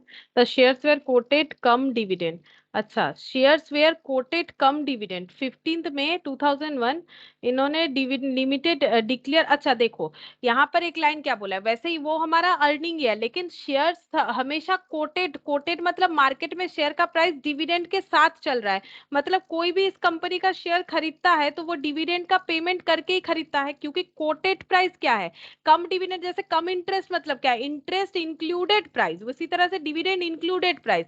अगर डिविडेंड इंक्लूडेड प्राइस है तो हमें इस अमाउंट को डिविडेंड से एडजस्ट करना पड़ेगा। मतलब ये शेयर हम लोगों ने कभी भी क्यों ना खरीदा हो तो तब भी हम लोगों ने डिविडेंड दे के ही खरीदा होगा, क्योंकि ये प्राइस जो है ना ये डिविडेंड इंक्लूडेड प्राइस है, यानी इसमें से हमें डिविडेंड को एक्सक्लूड करना चाहिए। यानी जब डिविडेंड मिलेगा, हम लोगों ने पहले डिविडेंड दे के खरीद रखा है, तो अगर डिविडेंड मिलेगा तो डिविडेंड का प्राइस को हम लोग क्या करेंगे, अभी कॉस्ट के साथ एडजस्ट करेंगे, क्योंकि जब परचेस किया था तो डिविडेंड दे के किया था। अगर ये लाइन नहीं लिखा हुआ होता, ये स्पेशल वाला लाइन, ये देखो ये वाला लाइन अगर नहीं लिखा हुआ होता कि 2%, ये वाला कम डिविडेंड प्राइस है, कोटेड प्राइस कम डिविडेंड है, तब हम लोग इसको डिविडेंड कॉलम में लिख देते, ठीक है, क्योंकि हमारा अर्निंग होता। वैसे भी ये हमारा अर्निंग है, लेकिन हम लोग जब भी खरीदते हैं, क्योंकि इनका प्राइस मार्केट में कोटेड एज विद डिविडेंड है, तो डिविडेंड दे के ही खरीदते हैं, तो फिर से डिविडेंड दिखाएंगे, ऑलरेडी डिविडेंड का अर्निंग पे कर चुके हैं, तो अभी डिविडेंड मिलेगा तो एडजस्ट करेंगे ना हम। मेरा जो अर्निंग एज ए डिविडेंड होने वाला था वो पहले ही मैंने वो अमाउंट पे करके खरीदा हुआ अगर है, तो अभी अगर वो अमाउंट मुझे मिलेगा तो मुझे क्या दिखाना पड़ेगा, मुझे कॉस्ट से एडजस्ट करके दिखाना पड़ेगा, ठीक है। तो हम लोग इसको क्या दिखाएंगे, कॉस्ट से एडजस्ट करके, इसीलिए हम लोग इसको अमाउंट कॉलम में लिखेंगे। अगर वो कोटेड प्राइस वाला लाइन नहीं लिखा हुआ होता तो हम लोग इसको डिविडेंड कॉलम में लिखते, क्योंकि ये हम लोग का डायरेक्ट अर्निंग हो जाता, ठीक है। तो ये 15 मई यहाँ पर हो जाएगा बाई बैंक, ये इस कॉलम में इसीलिए जा रहा है क्योंकि वो कोटेड प्राइस लिखा हुआ है कम डिविडेंड, अदरवाइज ये डिविडेंड कॉलम में ही जाता। फिर 30 जून को देखो बोनस डिक्लेयर हुआ है, बोनस 1:5, तो बोनस कितना सारा मिलेगा, नंबर ऑफ बोनस शेयर यहाँ पर कर ले, नहीं वर्किंग नोट ही बना लेते, working note number 2, bonus share कितना सारा बोनस शेयर मिलेगा 30 जून को, नंबर ऑफ बोनस 5,000 पे कितना मिलेगा, 1/5। 1/5 यानी 1,000, ठीक है। तो नंबर सिर्फ रेज कर देंगे यहाँ पर, 30 जून 2001 टू बोनस, तो ये वर्किंग नोट नंबर 1, ये वर्किंग नोट नंबर 3, और ये वाला वर्किंग नोट नंबर 2, ठीक है, ये वर्किंग नोट नंबर 2 हो जाएगा। यहाँ पर लिख लेते हैं वर्किंग नोट नंबर 2, यहाँ पर ऐसे लिख दो, transfer to amount column for adjustment as quoted price cum dividend, dividend के साथ कोटेड है, ठीक है। अच्छा ये हो गया, कितना सारा बोनस मिलेगा। अच्छा इसके बाद देखते हैं, बोनस के बाद राइट इशू हुआ है, ठीक है, राइट इशू हुआ है 1 अक्टूबर को, ठीक है, 1 अक्टूबर को, और इसी दिन हमें परचेज भी करना है क्योंकि परचेज का अलग डेट नहीं दिया है। तो वर्किंग नोट नंबर 4, तो right number of right shares, कितने सारे राइट शेयर्स मिलेंगे, 5,000 शेयर्स था और 1,000 बोनस शेयर मिला, यानी टोटल 6,000 शेयर हो गया। और राइट कैसे मिलेगा, 1/12 इंटू 1/12, यानी कितना हो जाएगा 500, ठीक है, 500 टोटल मिला है, उसमें से 50% परचेस 50% सेल, तो 50% मतलब 250, और यहाँ पर भी 250, तो 250 सेल हो जाएगा एट द रेट ऑफ 5, और परचेस करना पड़ेगा। परचेस प्राइस कितना बोल रखा है राइट शेयर का, देखते हैं यहाँ पर, ये कहाँ गया, 1:12 45, ठीक है, ये 45 मैंने लिखा नहीं था, हाँ लिखा है, ये रहा 45, चलो 45 करके, तो ये परचेस तो कितना हो रहा है, ये सेल, सेल हो जाएगा 1250, ठीक है, ये प्रॉफिट में ट्रांसफर हो जाएगा, और 250 इंटू 45 कितना होता है, ये हो गया 11,250। देखो इस पे कोई ब्रोकरेज नहीं देना पड़ेगा क्योंकि ये कोई ब्रोकर फील्ड, मतलब कोई ब्रोकर कंपनी के थ्रू से नहीं खरीदना पड़ रहा है, कंपनी डायरेक्ट दे रही है अपने एग्जिस्टिंग शेयर होल्डर को, तो इस पे ब्रोकरेज नहीं लगेगा इस वजह से, ठीक है। तो यहाँ पर हो जाएगा 1 October 2001 to bank right purchase, working note number 4, 250 number of shares, और पेमेंट 11,250। कोई भी ब्रोकरेज इस पे नहीं लगता है, ब्रोकरेज तभी लगता है अगर हम लोग मीडिएटर को यूज करते हैं, मीडिएटर यानी ब्रोकर कंपनी, यहाँ कंपनी डायरेक्ट दे रही है घर पे हमें, राइट शेयर्स का लेटर भेज रही है, अब हमें जितना ठीक लगे ले सकते हैं, बाकी हम लोग किसी और को सेल कर सकते हैं, या फिर राइट्स को, मतलब इसको बोला जाता है राइट रिनाउंस करना। तो इन्वेस्टमेंट, सॉरी फिर से इंटरिम डिविडेंड डिक्लेयर होगा, इंटरिम डिविडेंड डिक्लेयर हो रहा है 1%, ठीक है, 30 नवंबर को इंटरिम डिविडेंड डिक्लेयर हुआ है 1%। अब देखते हैं इसका कैसे कैलकुलेशन होगा, working note number 5, dividend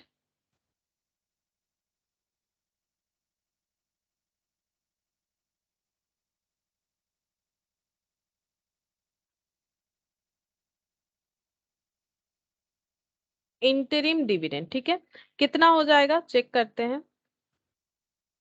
interim dividend कितने सारे शेयर्स है, सब पे मिलेंगे, तो कितने सारे शेयर्स है देखते हैं, 5,000, 6,000, 6,000, और यहाँ पर 250, बट राइट शेयर पे तो नहीं मिलता है ना, राइट शेयर और बोनस शेयर पे ड्यूरिंग द ईयर तो नहीं मिलता है। एक मिनट देख लेते हैं, the company declare interim dividend 1% on 30 November, और राइट शेयर्स वे not entitle to dividend, right shares पे नहीं मिलेगा, यानी 250 पे नहीं मिलेगा, बाकी पे मिलेगा, ठीक है।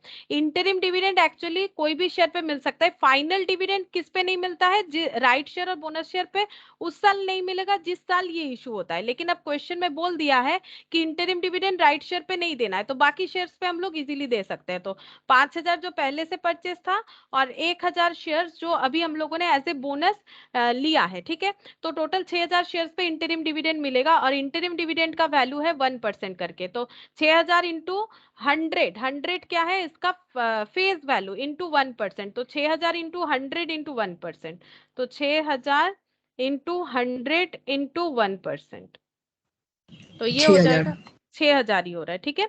ये अमाउंट हो जाएगा 6,000, और ये कहां पर चला जाएगा, ये पीएल में चला जाएगा, डिविडेंड ये अर्निंग होता है, इंटरिम डिविडेंड का हमेशा अर्निंग होता है, तो ये पीएल में जाएगा, ठीक है, पीएल में ट्रांसफर हो जाएगा, मतलब इसका मतलब तो ये नहीं कि अर्निंग रिकॉर्ड नहीं होगा, होगा ना, bank account debit to dividend बोल के अर्निंग तो रिकॉर्ड होगा। तो यहाँ पर करते हैं 30 नवंबर था, डेट देख लेते हैं, हाँ 30 नवंबर,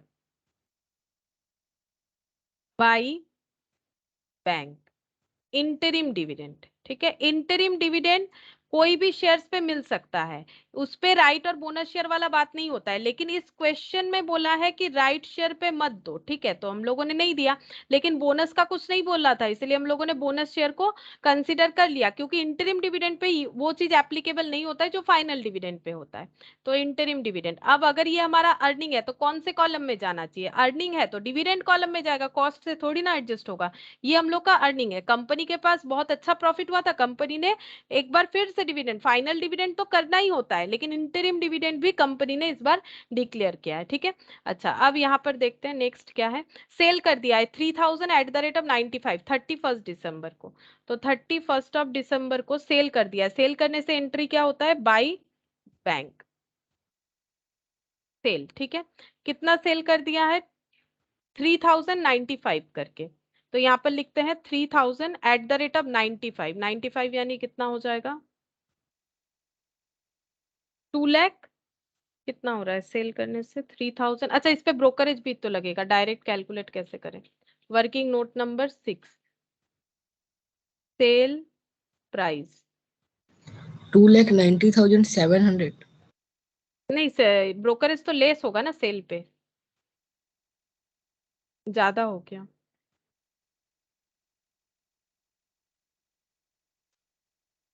2,85,000 हो रहा है वैसे तो, लेस ब्रोकरेज। 2,79,300। हाँ, 2,79,300, ये ऐड कर देने से तो गलत हो जाएगा ना। अब सेल करने से तो मेरा वैल्यू, मुझे ब्रोकरेज काट के पैसा मिलेगा 5,700।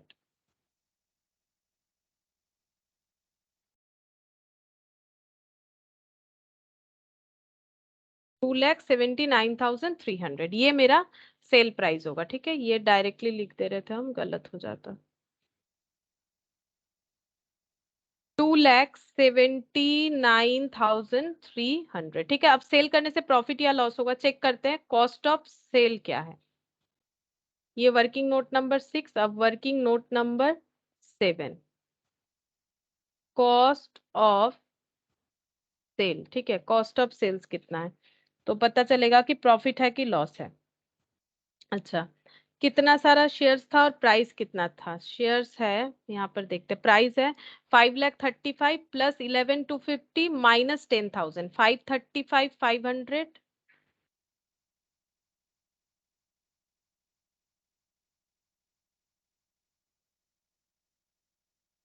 535,500 11,250 माइनस 10,000, ठीक है, यही वाला था। हाँ, और डिवाइडेड बाई ये 5,000, 6,000, 6,000, 6,250, 6,250 और 3,000 बेच दिया उसमें से, मैम 6,250। 2,57,640।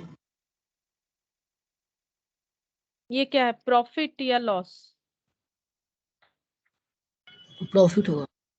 प्रॉफिट हो रहा है, 21,660 आ रहा है, 21,660। Yes ma'am, 2,1660।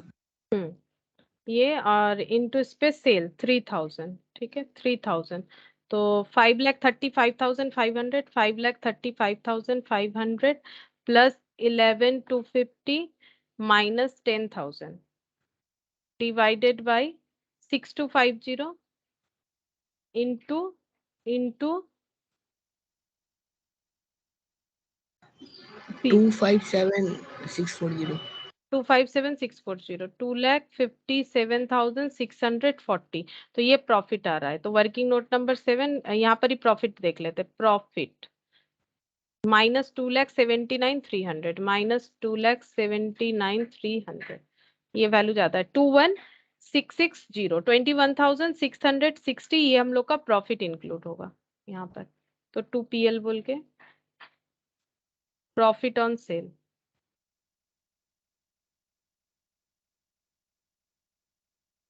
21,660, ये हो गया 31 दिसंबर को हम लोग बुक कर लेते हैं, ठीक है। 31 दिसंबर ईयर एंड है, तो उसी दिन प्रॉफिट को हम लोगों ने बुक कर लिया।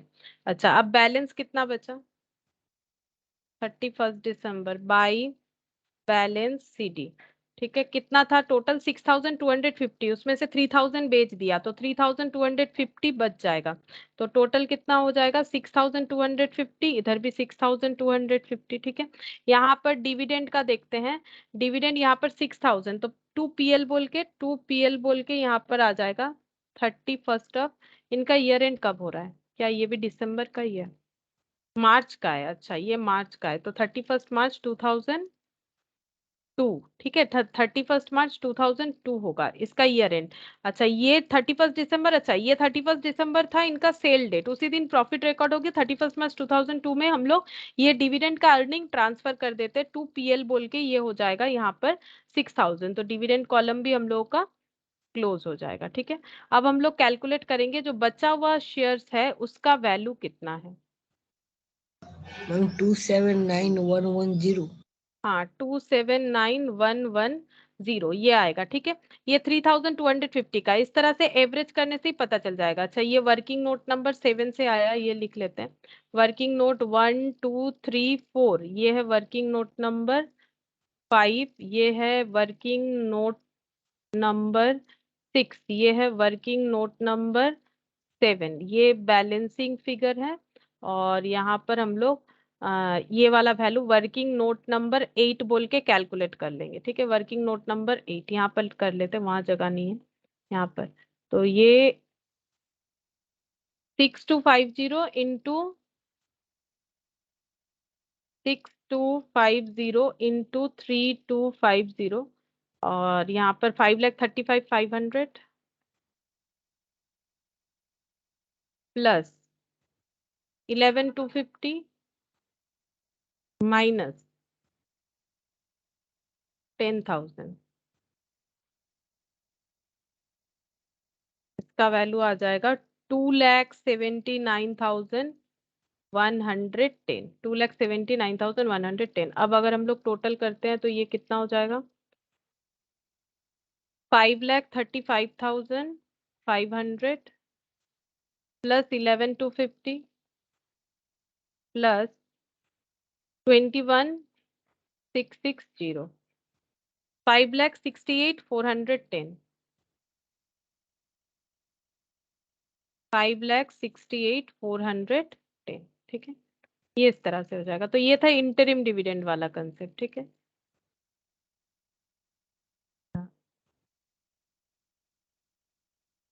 नेक्स्ट ये वाला देखते हैं। ये क्वेश्चन है इलास्ट्रेशन 9। यहाँ पर बॉन्ड और डिविडेंड दो, बॉन्ड और जो क्या बोलते हैं इक्विटी शेयर, ये दोनों इंक्लूडेड है। ठीक है, purchase 12 lakh 8% bond of ₹100 each eight 80.50 come interest. Come interest मतलब इसमें इंटरेस्ट इंक्लूडेड है, जैसे अभी कम डिविडेंड देखा, ये तो हम लोगों ने पहले ये सब पढ़ रखा है। ठीक है, अब तो चैप्टर खत्म हो रहा है। Interest is payable on 1 November 1 May, purchase, फिर यहाँ इक्विटी शेयर आ गया, फिर यहाँ पर बॉन्ड आ गया, फिर यहाँ पर इक्विटी शेयर, इस तरह से लाइन बाय लाइन अलग अलग हमें ट्रांजैक्शन दे रखा है। हम लोग एक काम करते हैं, दो अकाउंट बना लेते हैं और जहां पर जो ट्रांजैक्शन पुट होगा उसे पुट करते हुए चलते हैं। ठीक है, तो in the books of Nidhi, ठीक है, in the books of Nidhi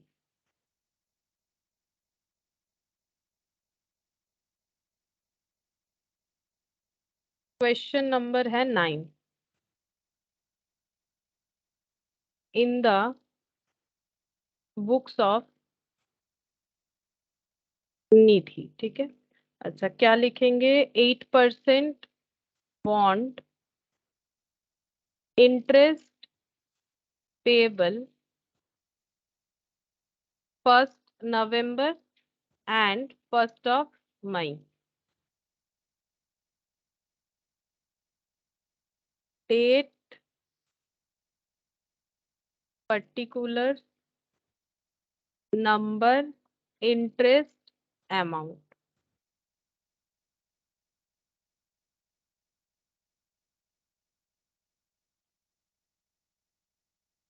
date, particular, number, interest और अमाउंट। अच्छा पहले हम लोग एक काम करते हैं, पहले बॉन्ड का कैलकुलेशन कर लेते हैं, फिर इक्विटी शेयर का करेंगे। तो परचेस किया है 12 लाख 8% 1 अप्रैल को, तो यहाँ पर लिखते हैं 1 अप्रैल 2001। ठीक है, परचेस करने का मतलब हो जाएगा बैंक। कितना सारा नंबर में कर रहे हैं हम लोग, 12 लाख है, डिवाइडेड बाय 100 कर दो, नंबर पता चल जाएगा कितना हो जाएगा। 12 लाख डिवाइडेड बाय 100 करने से 12 lakh divided by 100, 2 zero cancel हो जाएगा डिवाइड करने से, तो ये कितना हो जाएगा 12,000। नंबर ऑफ बॉन्ड कितना हो जाएगा 12,000। ठीक है, इंटरेस्ट यहाँ पर चेक करना पड़ेगा, कम इंटरेस्ट है 80.5, कम इंटरेस्ट पेबल है 1 नवंबर एंड 1 मई, तो इसका वर्किंग नोट बनाना पड़ेगा। हम लोग पीछे वर्किंग नोट बना लेते हैं, वर्किंग नोट नंबर 1। ठीक है, तो यहाँ पर परचेज प्राइस कितना है, परचेज प्राइस है 12 लाख। ठीक है, अच्छा, इसमें से हमें क्या कितना है 80.5 करके है, तो 12 लाख डिवाइडेड बाय 100, तो number of shares purchase into 80.50 करेंगे तो हमें परचेज प्राइस पता चल जाएगा CI वाला, मतलब कम इंटरेस्ट। यहाँ से क्या करेंगे, हमें इंटरेस्ट लेस करना पड़ेगा। ठीक है, इंटरेस्ट लेस करना पड़ेगा, कोई ब्रोकरेज वगैरह इस क्वेश्चन में नहीं है। ठीक है, तो इंटरेस्ट लेस करेंगे क्योंकि हमें इंटरेस्ट के कॉलम में इंटरेस्ट लिखना पड़ता है, तो हम लोग को एक्चुअली परचेज प्राइस पता चल जाएगा। अब इंटरेस्ट कितना चार्ज हुआ होगा, नंबर ऑफ बॉन्ड पे इंटरेस्ट चार्ज होगा। ठीक है, बॉन्ड कितने सारे हैं 12,000, फेस वैल्यू पे इंटरेस्ट चार्ज होता है। ठीक है, अब जिसने खरीदा है 1 अप्रैल, अब ये जो बॉन्ड था इसका इंटरेस्ट पेमेंट होता था नवंबर और मई को। ठीक है, तो अगर 1 अप्रैल को परचेस करते हैं, सोचो 1 अप्रैल को हम लोगों ने परचेस किया है, तो इसके पहले इंटरेस्ट कब डिक्लेयर हुआ होगा, अप्रैल के नवंबर में। नवंबर, तो नवंबर के बाद अप्रैल तक का इंटरेस्ट लेके उसने बेचा होगा जिसने सेल किया है। तो नवंबर पूरा, नवंबर दिसंबर जैन फेब मार्च अप्रैल का 1 तारीख, यानी 6 मंथ्स। ठीक है, 6 मंथ्स का हम लोग यहाँ पर इंटरेस्ट डिडक्ट करेंगे 6/12, तो कितना हो जाएगा 6/12 यानी 2 हो गया, 2 से ये 100 कैंसिल करेंगे तो 50 मतलब ये कितना हो जाएगा, हम 12 इंटू 5 60 और ये 50 जीरो, मतलब 3 और एक 4 जीरो। ठीक है, ये ऐसे हो जाएगा। और ये देखते हैं कितना हो जाएगा, 12,000 इंटू 80.5, 12,000 इंटू 80.5 कितना होता है, तो ये हो जाएगा 9,66,000। तो माइनस करने से पता चल जाएगा इंटरेस्ट कितना हो रहा है।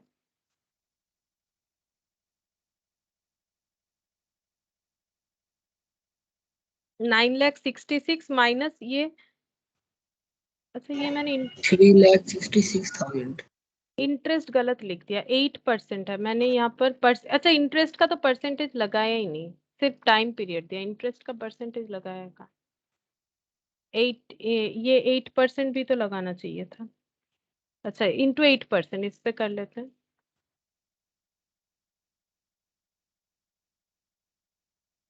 नहीं कुछ तो गलत हो गया, कैलकुलेशन पूरा है। 48,000 आ रहा है। ये 48 आ रहा है, यस मैम। अच्छा 8%, ये 12 5/6 लाख का 8% और 6/12। हो रहा है क्या, एक बार चेक करते हैं। अप्रैल में खरीदा था, नवंबर में लगा था, नवंबर पूरा, दिसंबर जैन फेब मार्च, 5 मंथ। 5 हो रहा है ना। अप्रैल का तो 1 तारीख है, मैंने 6 मंथ्स ले लिया गलती से। 5। 12,000 into 100 into 8% divided by 12 into 5, 40 है। 40,000। हाँ अब सही हुआ है 40,000। 30,306, ये 2, 9,26,000। ठीक है, ये हमारा कॉस्ट कॉलम में चला जाएगा। 9,26,000 एक्चुअली इसका प्राइस है, और बाकी 40,000 इंटरेस्ट दे के खरीदा गया था, इसलिए कम इंटरेस्ट प्राइस भी यहाँ पर बोला गया। ठीक है, तो ये पॉइंट हो गया 1 अप्रैल वाला। फिर इक्विटी शेयर बोला, इक्विटी शेयर तो अभी नहीं कर रहे हैं। Half years interest on 8% bond, फिर 1 मई को इंटरेस्ट मिला है। ठीक है, 1 मई को इंटरेस्ट मिला है क्योंकि नवंबर और मई को ही मिलता है, तो ये ट्रांजैक्शन था अप्रैल, उसके बाद मई जून जुलाई अगस्त सितंबर अक्टूबर, यहाँ तक कोई ट्रांजैक्शन नहीं था, डायरेक्ट जाके 1 मई को इंटरेस्ट मिलेगा, तो 1 मई यानी ये। ठीक है, और यहाँ पर 2001 बाई बैंक इंटरेस्ट मिलेगा, तो बाई बैंक, तो नंबर पे तो कोई इंपैक्ट नहीं आएगा, और इंटरेस्ट कॉलम में हम लोग इंटरेस्ट लिखेंगे, तो 12,000 पे इंटरेस्ट मिलेगा, कितने टाइम पीरियड का मिलेगा देखते हैं, working note number 2, interest interest record कर रहे हैं। कितने सारे हमारे पास बॉन्ड है, 12,000 बॉन्ड है। इंटरेस्ट हमेशा फेस वैल्यू पे मिलता है, कितने टाइम का मिलेगा? लास्ट कंपनी ने कब डिक्लेयर किया था, क्योंकि ये इंटरेस्ट तो कंपनी डिक्लेयर 6 करेगी मंथ कब? 6 मंथ्स का, ठीक है, पीरियड टू पीरियड हो जाएगा 48,000। इंटू 8%, 48,000। ठीक है, ये हो गया 48,000। ये इंटरेस्ट में यहाँ पर रिकॉर्ड कर देंगे, इंटरेस्ट कॉलम 48,000। ये वर्किंग नोट 2 है, ये वर्किंग नोट नंबर 1 है। ठीक है, अच्छा, अब नेक्स्ट क्या बोल रहा है यहाँ पर? X limited bonus issue sold, ये रहा 3 लाख 8% बॉन्ड बेच दिया है 81x इंटरेस्ट में 1 नवंबर। ठीक है, तो 1 नवंबर में बेच दिया, 1 नवंबर था या 1 अक्टूबर, 1 अक्टूबर में बेच दिया है बाई बैंक। इसका वर्किंग नोट नंबर 3 बना लेते हैं। ठीक है, कितना सारा बेच दिया है? 3 लाख। 3 लाख मतलब नंबर में कितना हो जाएगा? 3 लाख डिवाइडेड बाई 100 करने पे ये हो जाएगा 3,000। ठीक है, चेक करते हैं।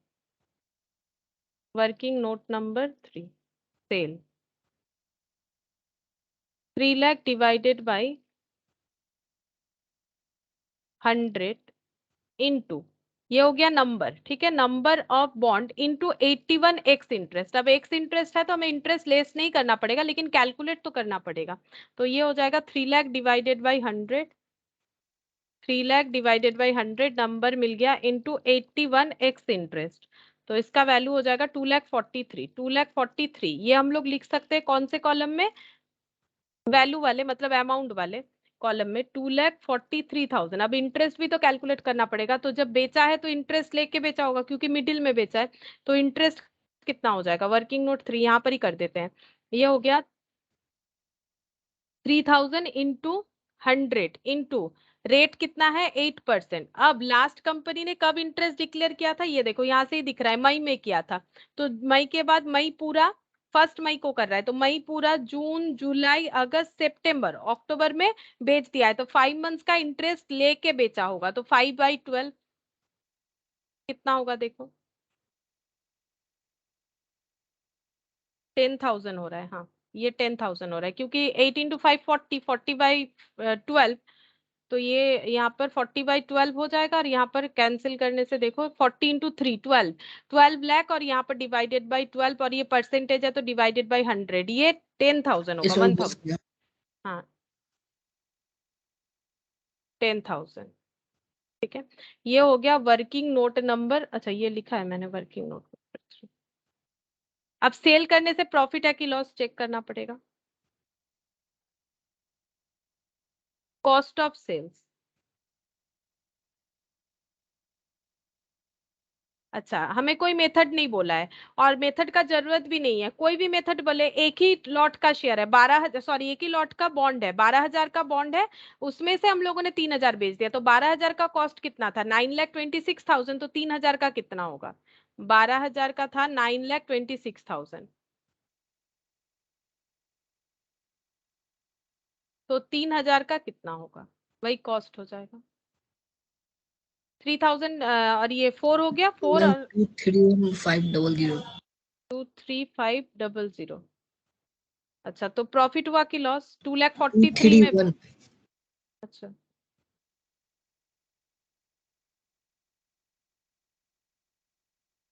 2,31,500 का 2,43,000 में बेच दिए, प्रॉफिट हुआ है 11,500 का। 11,500 यस मैम, माइनस कर 11,000। 11,500, तो यहाँ पर रिकॉर्ड करेंगे 2 PL बोल के, 110 2001 में 2 PL, वर्किंग नोट नंबर 4। ठीक है, वर्किंग नोट नंबर 4, प्रॉफिट हुआ है तो अमाउंट कॉलम में जाएगा 11,500। अब देखते हैं बाकी। यहाँ पर फिर बोल रहा है 1 नवंबर को बाकी जो बॉन्ड बचा हुआ है उस पे क्या मिला है? इंटरेस्ट मिला है, वो तो मिलेगा ही, बॉन्ड बाकी बचा हुआ है, तो 1 नवंबर ड्यू हो जाएगा। 1 नवंबर यानी 1/11/2001। बाकी कितने सारे बॉन्ड बचे हुए? 12,000 में से 3,000 चला गया, तो 9,000 बचा है, 9,000 पे इंटरेस्ट मिलेगा by bank. Working note number 5, तो इंटरेस्ट मिलेगा 9,000 पे, तो यहाँ पर कर लेते हैं working note number 5, interest. 9,000 into 100 into 8% into कितने दिन का मिलेगा? लास्ट कब इंटरेस्ट डिक्लेयर हुआ था? मई में, ठीक है, 6 मंथ्स का, ये तो पीरियड टू पीरियड वाला है ना, 6 मंथ्स का, तो 6/12, तो ये हो गया 6/2, 2 इंटू ये 8 से कैंसिल हो गया 4%, तो 9 लाख का 4 मतलब 36,000, यहाँ पर 36,000 आ जाएगा, इंटरेस्ट मिल गया 36,000, ठीक है। अब हम लोग को क्लोज कर देना है बस, और तो कुछ नहीं है, यहाँ पर लिखेंगे 31 मार्च 2002 बाई बैलेंस सीडी, ठीक है। कितना बैलेंस बचेगा? तो 9,000 ही बचेगा, नंबर ऑफ शेयर्स में बैलेंस तो 9,000 ही बचेगा। अच्छा, अब ये पीएल का इंटरेस्ट का कॉलम देखते हैं। अच्छा, इंटरेस्ट का कॉलम इधर ज्यादा है हम लोग का, 48 और 10, 58 और 36, 94, ठीक है। ओ अच्छा, इस पे भी तो इंटरेस्ट दिखाना पड़ेगा, एक चीज तो किया ही नहीं मैंने, इस पे इंटरेस्ट दिखाने के बाद ना टोटल करेंगे, ये जो 9,000 है इस पे हमें दिखाना पड़ेगा कि दिसंबर से दिसंबर तक कितना इंटरेस्ट ड्यू रहा है, मतलब नवंबर में लास्ट इंटरेस्ट ड्यू हुआ, ठीक है, मिल गया, नवंबर का लास्ट इंटरेस्ट हमें मिल गया, इसके बाद 31 दिसंबर 1 मंथ का कितना इंटरेस्ट हो रहा है वो भी तो दिखाना पड़ेगा। यहाँ पर हम लोग रिकॉर्ड करेंगे, तो 9,000 इंटू 1/12 इंटू 100, ये कॉस्ट इंटू 8%, तो कितना हो रहा है वो भी तो यहाँ दिखाना पड़ेगा, 9,000 इंटू 100 इंटू 8% डिवाइडेड बाई 12, तो ये हो जाएगा 6,000, ठीक है, ये यहाँ पर 6,000 हो गया। अच्छा, सही बात है, 9,000 इंटू, ये 31 मार्च है, ये नवे अच्छा ये 2 है, 31 मार्च 2 है, सॉरी, नवंबर पूरा, दिसंबर, जैन, फेब, मार्च, अच्छा 5 मंथ्स होगा ना, गलत हो गया, 5 मंथ्स होगा, यहाँ पर 5/12 होगा, ठीक है, इंटू 5 कर लेते हैं, हो जाएगा 30,000, ठीक है, 30,000 हो जाएगा, 30,000, तो 30 इधर ज्यादा हो रहा है, 48 और 10 और 30 30 एंड 10, 40 40 और 40 80 और यहाँ पर हो गया 88,000, 88 प्लस 36 है ना, 88 प्लस 36, तो 1,24,000, 1,24,000, और बाकी ये माइनस करने से 40,000 अगर माइनस कर देते हैं, 84,000, ठीक है, 84,000 हो जाएगा, 31 मार्च 2002 टू पीएल बैलेंसिंग फिगर 84,000, ठीक है, ये हम लोगों का पीएल में बैलेंस आ गया। अब इसका वैल्यू कैलकुलेट करते कि वैल्यू कितना होगा।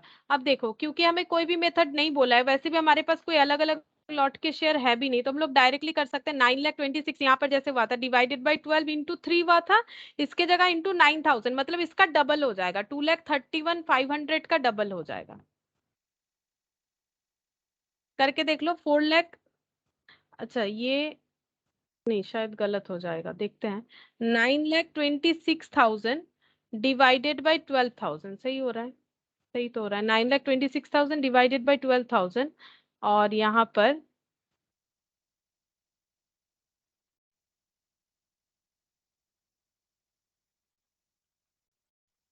इंटू 9,000, सही तो होना चाहिए, चेक करते हैं, 9,26,000 डायरेक्ट करके देखते हैं, डिवाइडेड बाई 12,000 इंटू 9,000, अच्छा 6,94,500 होगा, अच्छा ये देखो वैसे ही आएगा, देखो 6,94,500, ठीक है, 6,94,500 प्लस 2,43,000, 9,37,500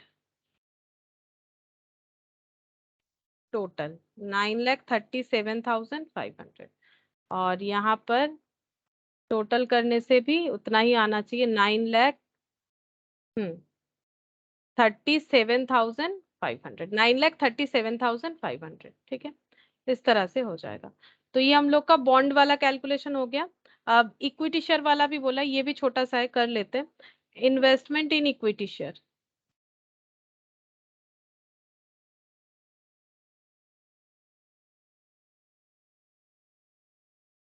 इन्वेस्टमेंट इन इक्विटी शेयर।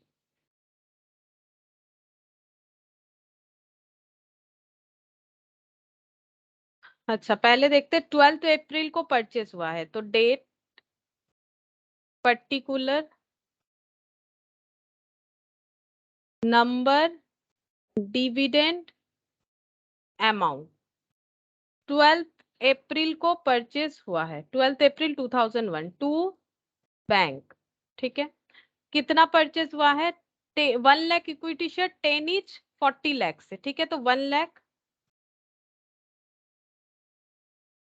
40 लाख दे के परचेस किया गया है, तो फर्स्ट ट्रांजैक्शन रिकॉर्ड हो गया। फिर उसके बाद यहाँ पर x limited made a bonus issue 3 equity share for every 2 held.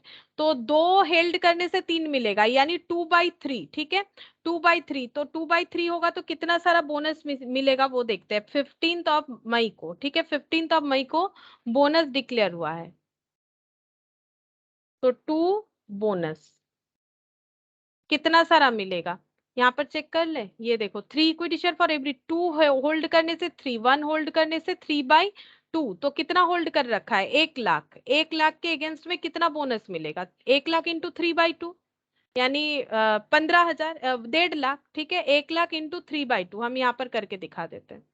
1 lakh into 3/2, तो ये हो गया 1,50,000। इतना सारा बोनस शेयर मिल जाएगा। फिर यहाँ पर बोला है इसने बेच दिया है, निधि ने 1,25,000 बोनस शेयर फॉर 20 ईच। ठीक है, तो यहाँ पर डेट, पर्टिकुलर,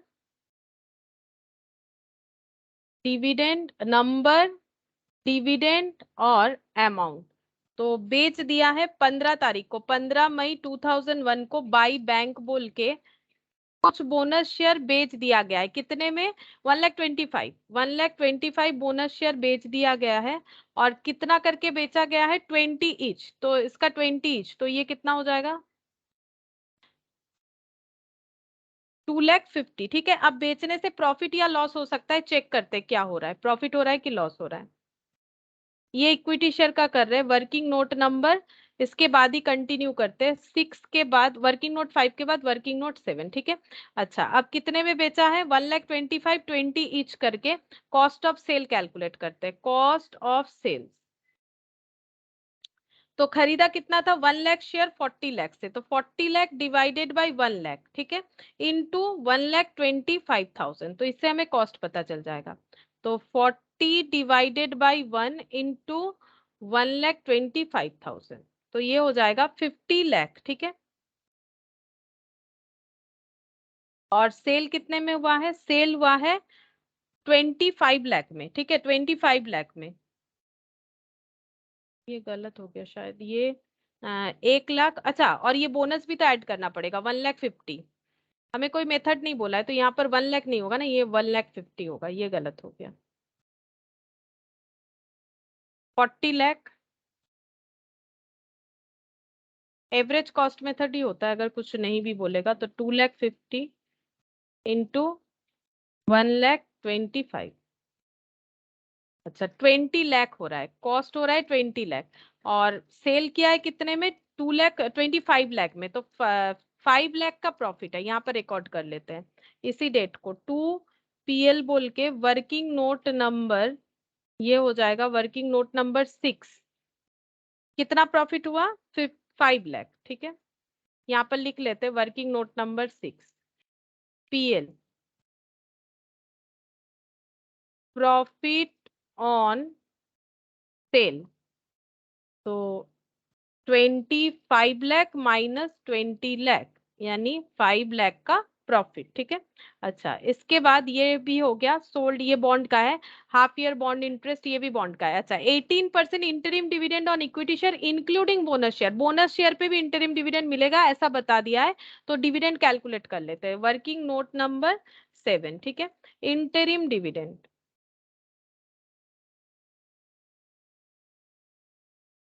तो कितने शेयर्स पे डिविडेंड मिलेगा? 1 लाख शेयर, 1.5 लाख शेयर था, 1,25,000 बिक गया,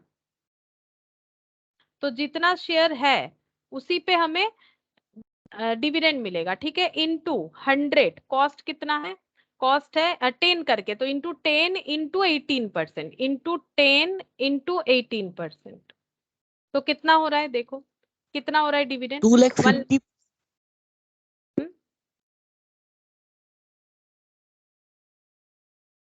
1,51 ये बोनस को लेके 1 लाख और 1,50,000, ओ अच्छा 2,50,000 होगा, 2,50,000। यहाँ पर भी गलत लिख दिया मैंने, 2,50,000, तो कैलकुलेशन सही आया, तो डिवाइड 2,50,000 से किया था, यहाँ पर देखो वहां लिखते हुए लिख दिया, इसीलिए आंसर सही आ गया 2,50,000। तो कितना हो जाएगा? 2,50,000 माइनस 1,25,000,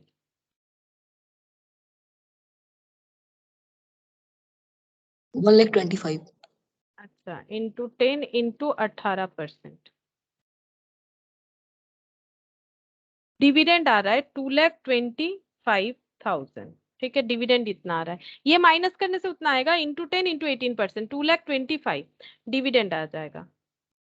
बाई बैंक बोल के डिविडेंड रिसीव होगा, 1 दिसंबर था शायद डिविडेंड, हाँ 1 दिसंबर 2001, by bank, working note number 7। ठीक है, ये हो जाएगा 2,25,000। अब हम लोग क्लोज कर देंगे। क्लोज कब हो रहा है? 31 मार्च को। तो 31 मार्च को कितना सारा शेयर्स है बाई बैलेंस सीडी? ठीक है, तो 2,50,000 में से 1,25,000 चला गया, तो 2,50,000 में से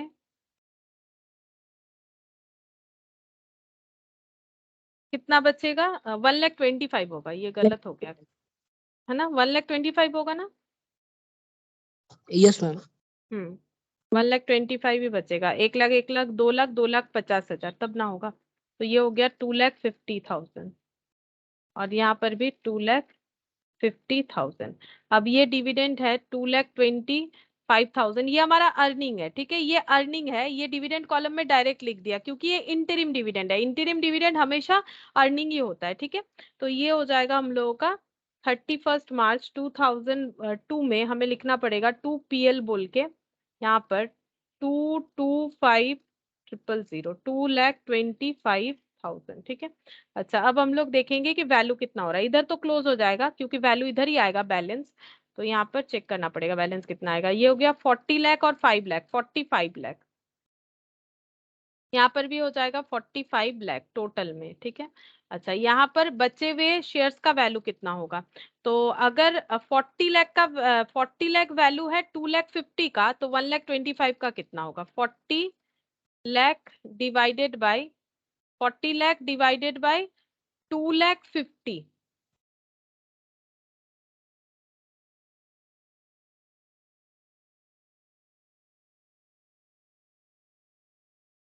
इंटू 2 1,25,000। लाख। अच्छा 2 लाख आ रहा है, चलो मेरा क्या आ गया, 20 लाख आना चाहिए, पता नहीं कैलकुलेटर में क्या यस मैम, दिखा रहा है। 20 लाख। 20 लाख ना, 40 डिवाइडेड बाय 2,50,000 इंटू, हाँ 20 लाख, 20 लाख आएगा। इसका भी एक वर्किंग नोट कर लेने से सही रहेगा। ठीक है, यहाँ पर एक वर्किंग नोट करोगे तो हो जाएगा। तो ये देखो अब पूरा कंसेप्ट हो गया, आप कोई भी क्वेश्चन करोगे इतना आसान लगेगा, लगेगा सब एक ही चीज करे। ठीक है, बस अलग अलग पॉइंट हमें समझ लेना है, राइट शेयर बोनस शेयर क्या होता है, dividend final dividend interim dividend क्या होता है। अब इलास्ट्रेशन 10 से करना पड़ेगा, इलास्ट्रेशन 10, यहाँ पर 10 है और क्या क्या बचा हुआ है, इलास्ट्रेशन 10 11, ये काफी बड़ा है क्वेश्चन, इलास्ट्रेशन 10 और 11, बस ये दो, और यहाँ से कुछ क्वेश्चन शायद होगा, एक दो क्वेश्चन होगा, तो और एक क्लास चाहिए तब हम लोग का कंप्लीट हो जाएगा, नेक्स्ट क्लास में ये वाला कंप्लीट हो जाएगा। ठीक है, फिर आज इतना ही करते हैं।